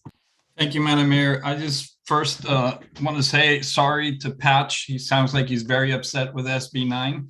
That's Councilmember Brownrigg's dog, who, so I just let him know that Ellie's very upset about it too. I have to agree with everything everybody has said pretty much. It passed, and we just have to make the best of it. So what we need to do is work with whatever tools we have remaining to limit the impact on our neighboring communities, the neighboring properties. I agree with something Councilmember Brownrigg said about height. I'm willing to look at how we can use height to encourage perhaps off-street parking, additional off-street parking, or otherwise limit the impact in the neighborhoods if we do allow a little height. But our hands are tied. We can do so much, and even though we have such a beautiful drawing by Mr. Terrones, we know that some of them are not going to look quite that nice, and we need to use whatever means we have to avoid any real damage to our neighborhood. So with that, I thank you all for everything you've done, and I'm willing to work with you to move forward. Councilmember Beach. Thanks, Madam Mayor. I'll try not to repeat too much. It's no secret this council opposed SB 9. We tried hard, and the organization that represents 482 cities across the state of California vehemently opposed SB 9. Tried to get exemptions, tried to work with the legislature, and they did not listen, and instead suggested that cities in Tuolumne County, or San Francisco or Central Valley or the coast, urban, suburban, should all be treated the same way. And that just fundamentally is of concern. I like Councilmember Brownrigg's comments about let's make sure it's great design. I am a little bit leery. I hope that the Planning Commission subcommittee will study incentives for attached garages. I'm a little bit leery of that because our other design has worked so well for so many years. I do think we have such mild weather that even if we have convenient garages, people don't use them in California. I grew up in very cold weather and people use them for storage. So I'm not sure garages are the big solution. Maybe they are, but I think further study. I think car share is going to be really important in our public spaces so that folks that maybe are on the cusp of whether they can afford a car or whether they want a car and supplement a car part-time with using transit have an opportunity to car share as opposed to add more of their own personal vehicles to the streets. Whatever we can do to add breathing room and privacy within the bounds of SB 9, I think that's going to be really important, although our hands are tied with setbacks. Regarding lot splits and allowing ADUs on lot splits, I think we should go slow. As Councilmember Colson said, incremental change is best. I'd be in favor of pulling back on that and not allowing ADUs on lot splits. I'm interested in what other colleagues think, but I think it probably should be studied by the Planning Commission as well. But my instinct is let's go slow because this is a lot of change already. Same thing with SB 10, as we've said, we did a very robust, thorough general plan that meets our arena numbers and meets our next round. So I don't think there's an appetite right now in my judgment to explore allowing 10 units on additional single family homes or wherever else in the city. I think we've done thoughtful local land use and we don't need to adopt SB 10 at this time. I do think the other comment is a really poignant one. One of the things that I felt when we passed our general plan, we had done a lot of study and our community development director did some research about what's called child generation rates on multi-unit residential and how that might actually impact the schools. It wasn't even required for us to consider, but we did. We had conversations about that. And the reality is in multi-unit residential, they don't tend to have large families, but when we start to really expand single family lots and ADUs, it likely, the data probably will show that more kids will impact the schools. And I do think that's an important factor in how that impacts particularly communities like Burlingame, where families do come for the public schools and the private schools as well. So thank you for the great discussion. Thank you, Councilmember Beach. I just only have a couple comments since most of it has been covered this evening. I think anything we can do to promote design will be advantageous. It will be a hard balance because it can't be subjective. It has to be objective standards. And that's not necessarily how our design review has worked. Secondly, in regards to attached garages, at this point, I'm not a big fan of attached garages. It's one of the reasons why we came up with design review guidelines, because there's too much house toward the sidewalk, and it's not as a pedestrian friendly atmosphere in regards to aesthetics. And I do agree with some landscaping criteria. So we aren't seeing a bunch of, cement and concrete. And I would also, in regard to ADUs being allowed on lot splits, I am not for that, nor am I for SB 10. As mentioned before, SB 9 passed. We did not want that. I believe in a method of carrots and sticks. And I think Burlingame has been ahead of the curve in regard to housing. And we've done a very good job upzoning with our general plan. We have a ton of projects that are being built and in the pipeline. And to me, I look at this as a punishment. If it was directed, as Mr. Dunham mentioned, there are bad apples. Well, the bad apples then should be having to implement this because they haven't taken a more global look at the housing as we have as Burlingame. But unfortunately, what's done is done, and we need to move forward and try to implement design that this can fit somewhat in the community. I am very, very worried about parking within a half mile of the transit. We can be hope that people use public transit, but in reality, that's not what we necessarily see. So I do think in regards to standards that we do look at the possibility of implementing no overnight parking if that is legal. We've had it in Burlingame years ago. As Councilmember Brownrigg knows, I try to do this every single year. So here I am again under different circumstances.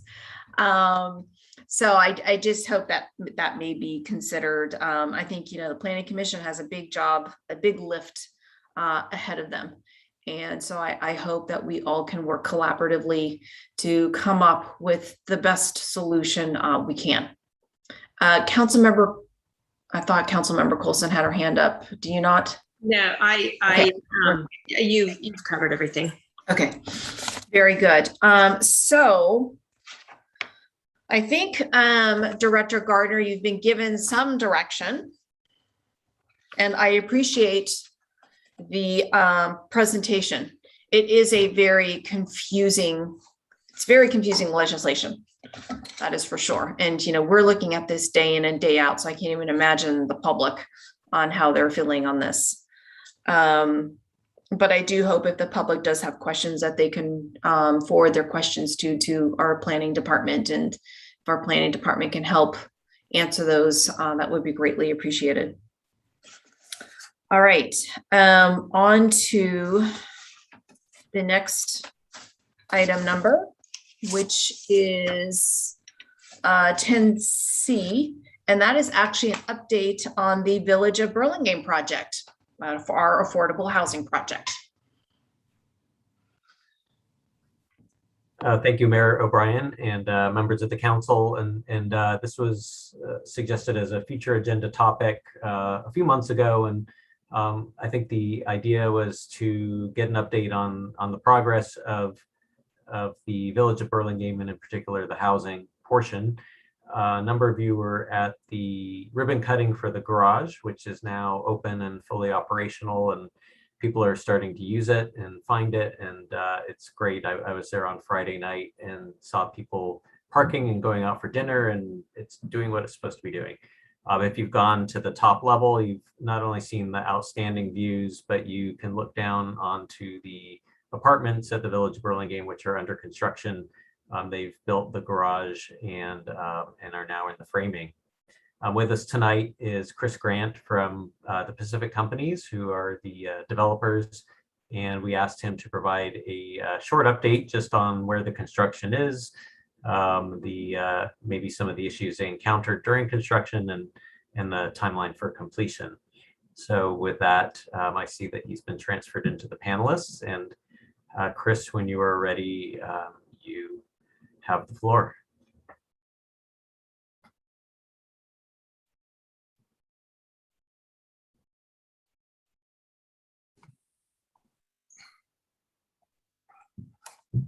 All right, here we are. Excellent. Well, I appreciate this opportunity to give everyone an update. This has really been a great example of a successful affordable housing project, in that it provides that a variety of benefits. The open space, of course, on the park adjacent to Lorton. It is a little more density, the higher 5-story units for this project as well. I think it's a great opportunity to reflect on the value of the partnership between the city and the development community, affordable housing development, and what it can bring to really building some great affordable housing in Burlingame. It's been a long process, and it is really a great opportunity to celebrate that. So, brief reminder, some information behind this: 132 units. They will all be affordable units, both for workforce and senior. There is 145 parking spaces, which gives us greater than 1-to-1, which is really a great success story. Right now, we're tracking on having second quarter of 2013 to be occupancy dates. We would anticipate to start putting the list together for potential tenants. The 90 days leading up to that occupancy timeline, we find that is a good balance for when we can start interviewing people and qualifying them for the rents. So it's been a challenge. It's been a tough year in the construction industry, 2 years really, and with the COVID challenges and also restrictions on typical supply chain. It's been great to have wonderful partners in the building department and in planning and public works with the city to be able to make this project a success and continue to roll it forward as a viable project. So with that, I thank you all and for your participation and help and efforts to keep moving forward in building great affordable housing in Burlingame. Thank you, Mr. Grant. Council members, does anyone have any questions?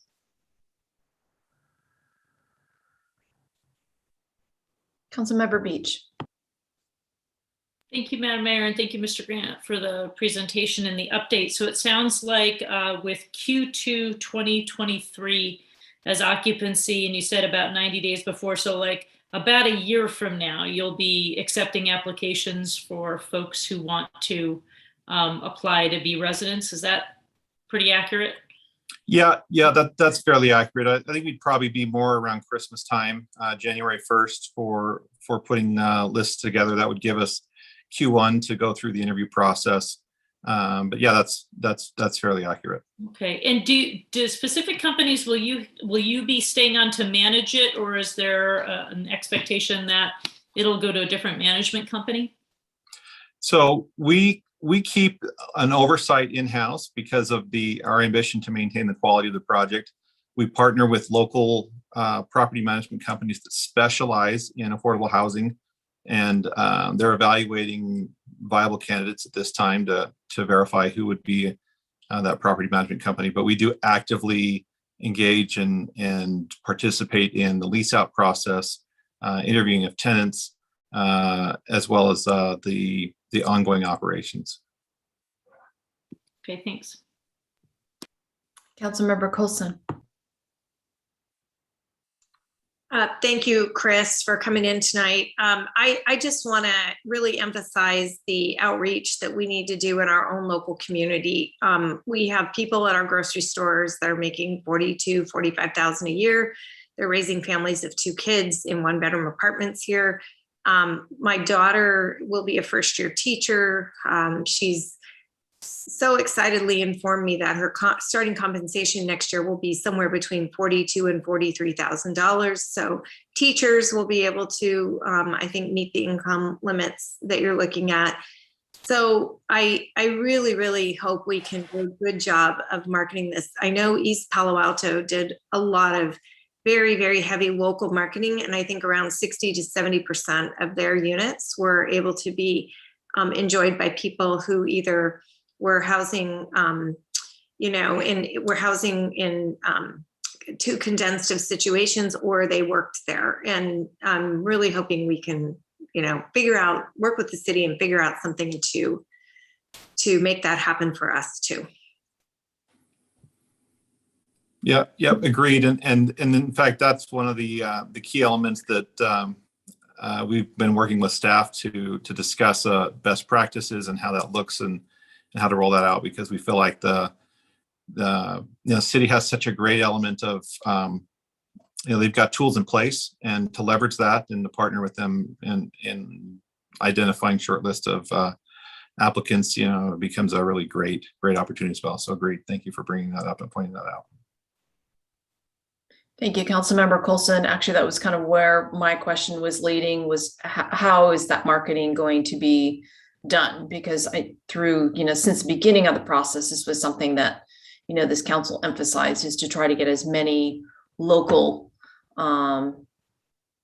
people involved in this project and have the opportunity to be able to live and work in their own community. So I'm hoping maybe futuristically you can kind of give us your marketing plan on how you think you're going to accomplish that. And I'm sure we would love to help you in any way we can. Okay, thank you for offering that. We'll be sure to report back as well. Great, thank you. Councilmember Brownrigg. Well, thank you, Madam Mayor. So I just want to thank you, Mr. Grant, for the update. I want to commend Pacific Companies for maintaining momentum throughout COVID, throughout a time when lumber prices went up by, multifold, hundreds of percent, and you guys have kept going. The big prize obviously is the affordable housing, and I think we all wish it were done today and we were accepting applications today.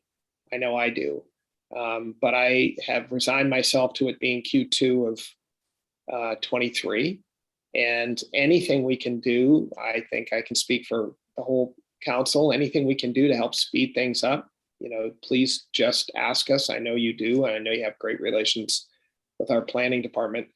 I do want to just give a tip of the hat, first of all, to the mayor for running a great opening of the garage, and to you guys for making sure the garage came online, because, partly because it doesn't have lumber in it.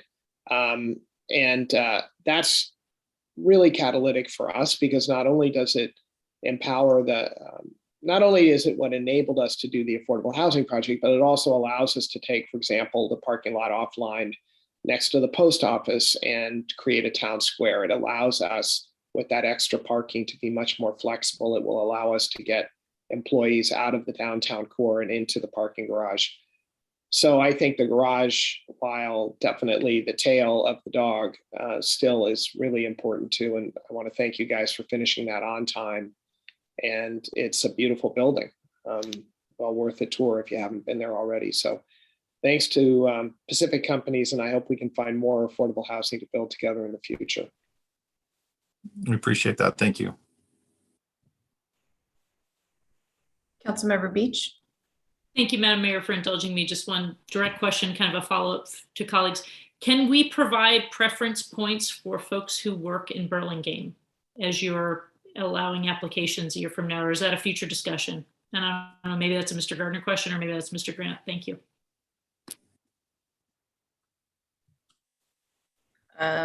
This is something maybe our city attorney can jump in on. I think we would have to, I would have to confer with, I think, Mr. Grant and with Mr. Gardner about what we're allowed under the development, under the DDA, and how the affordable housing marketing and what preferences, if any, were in there. So I'd have to confer with those folks, and then we could circle back with the council. Thanks. Yeah.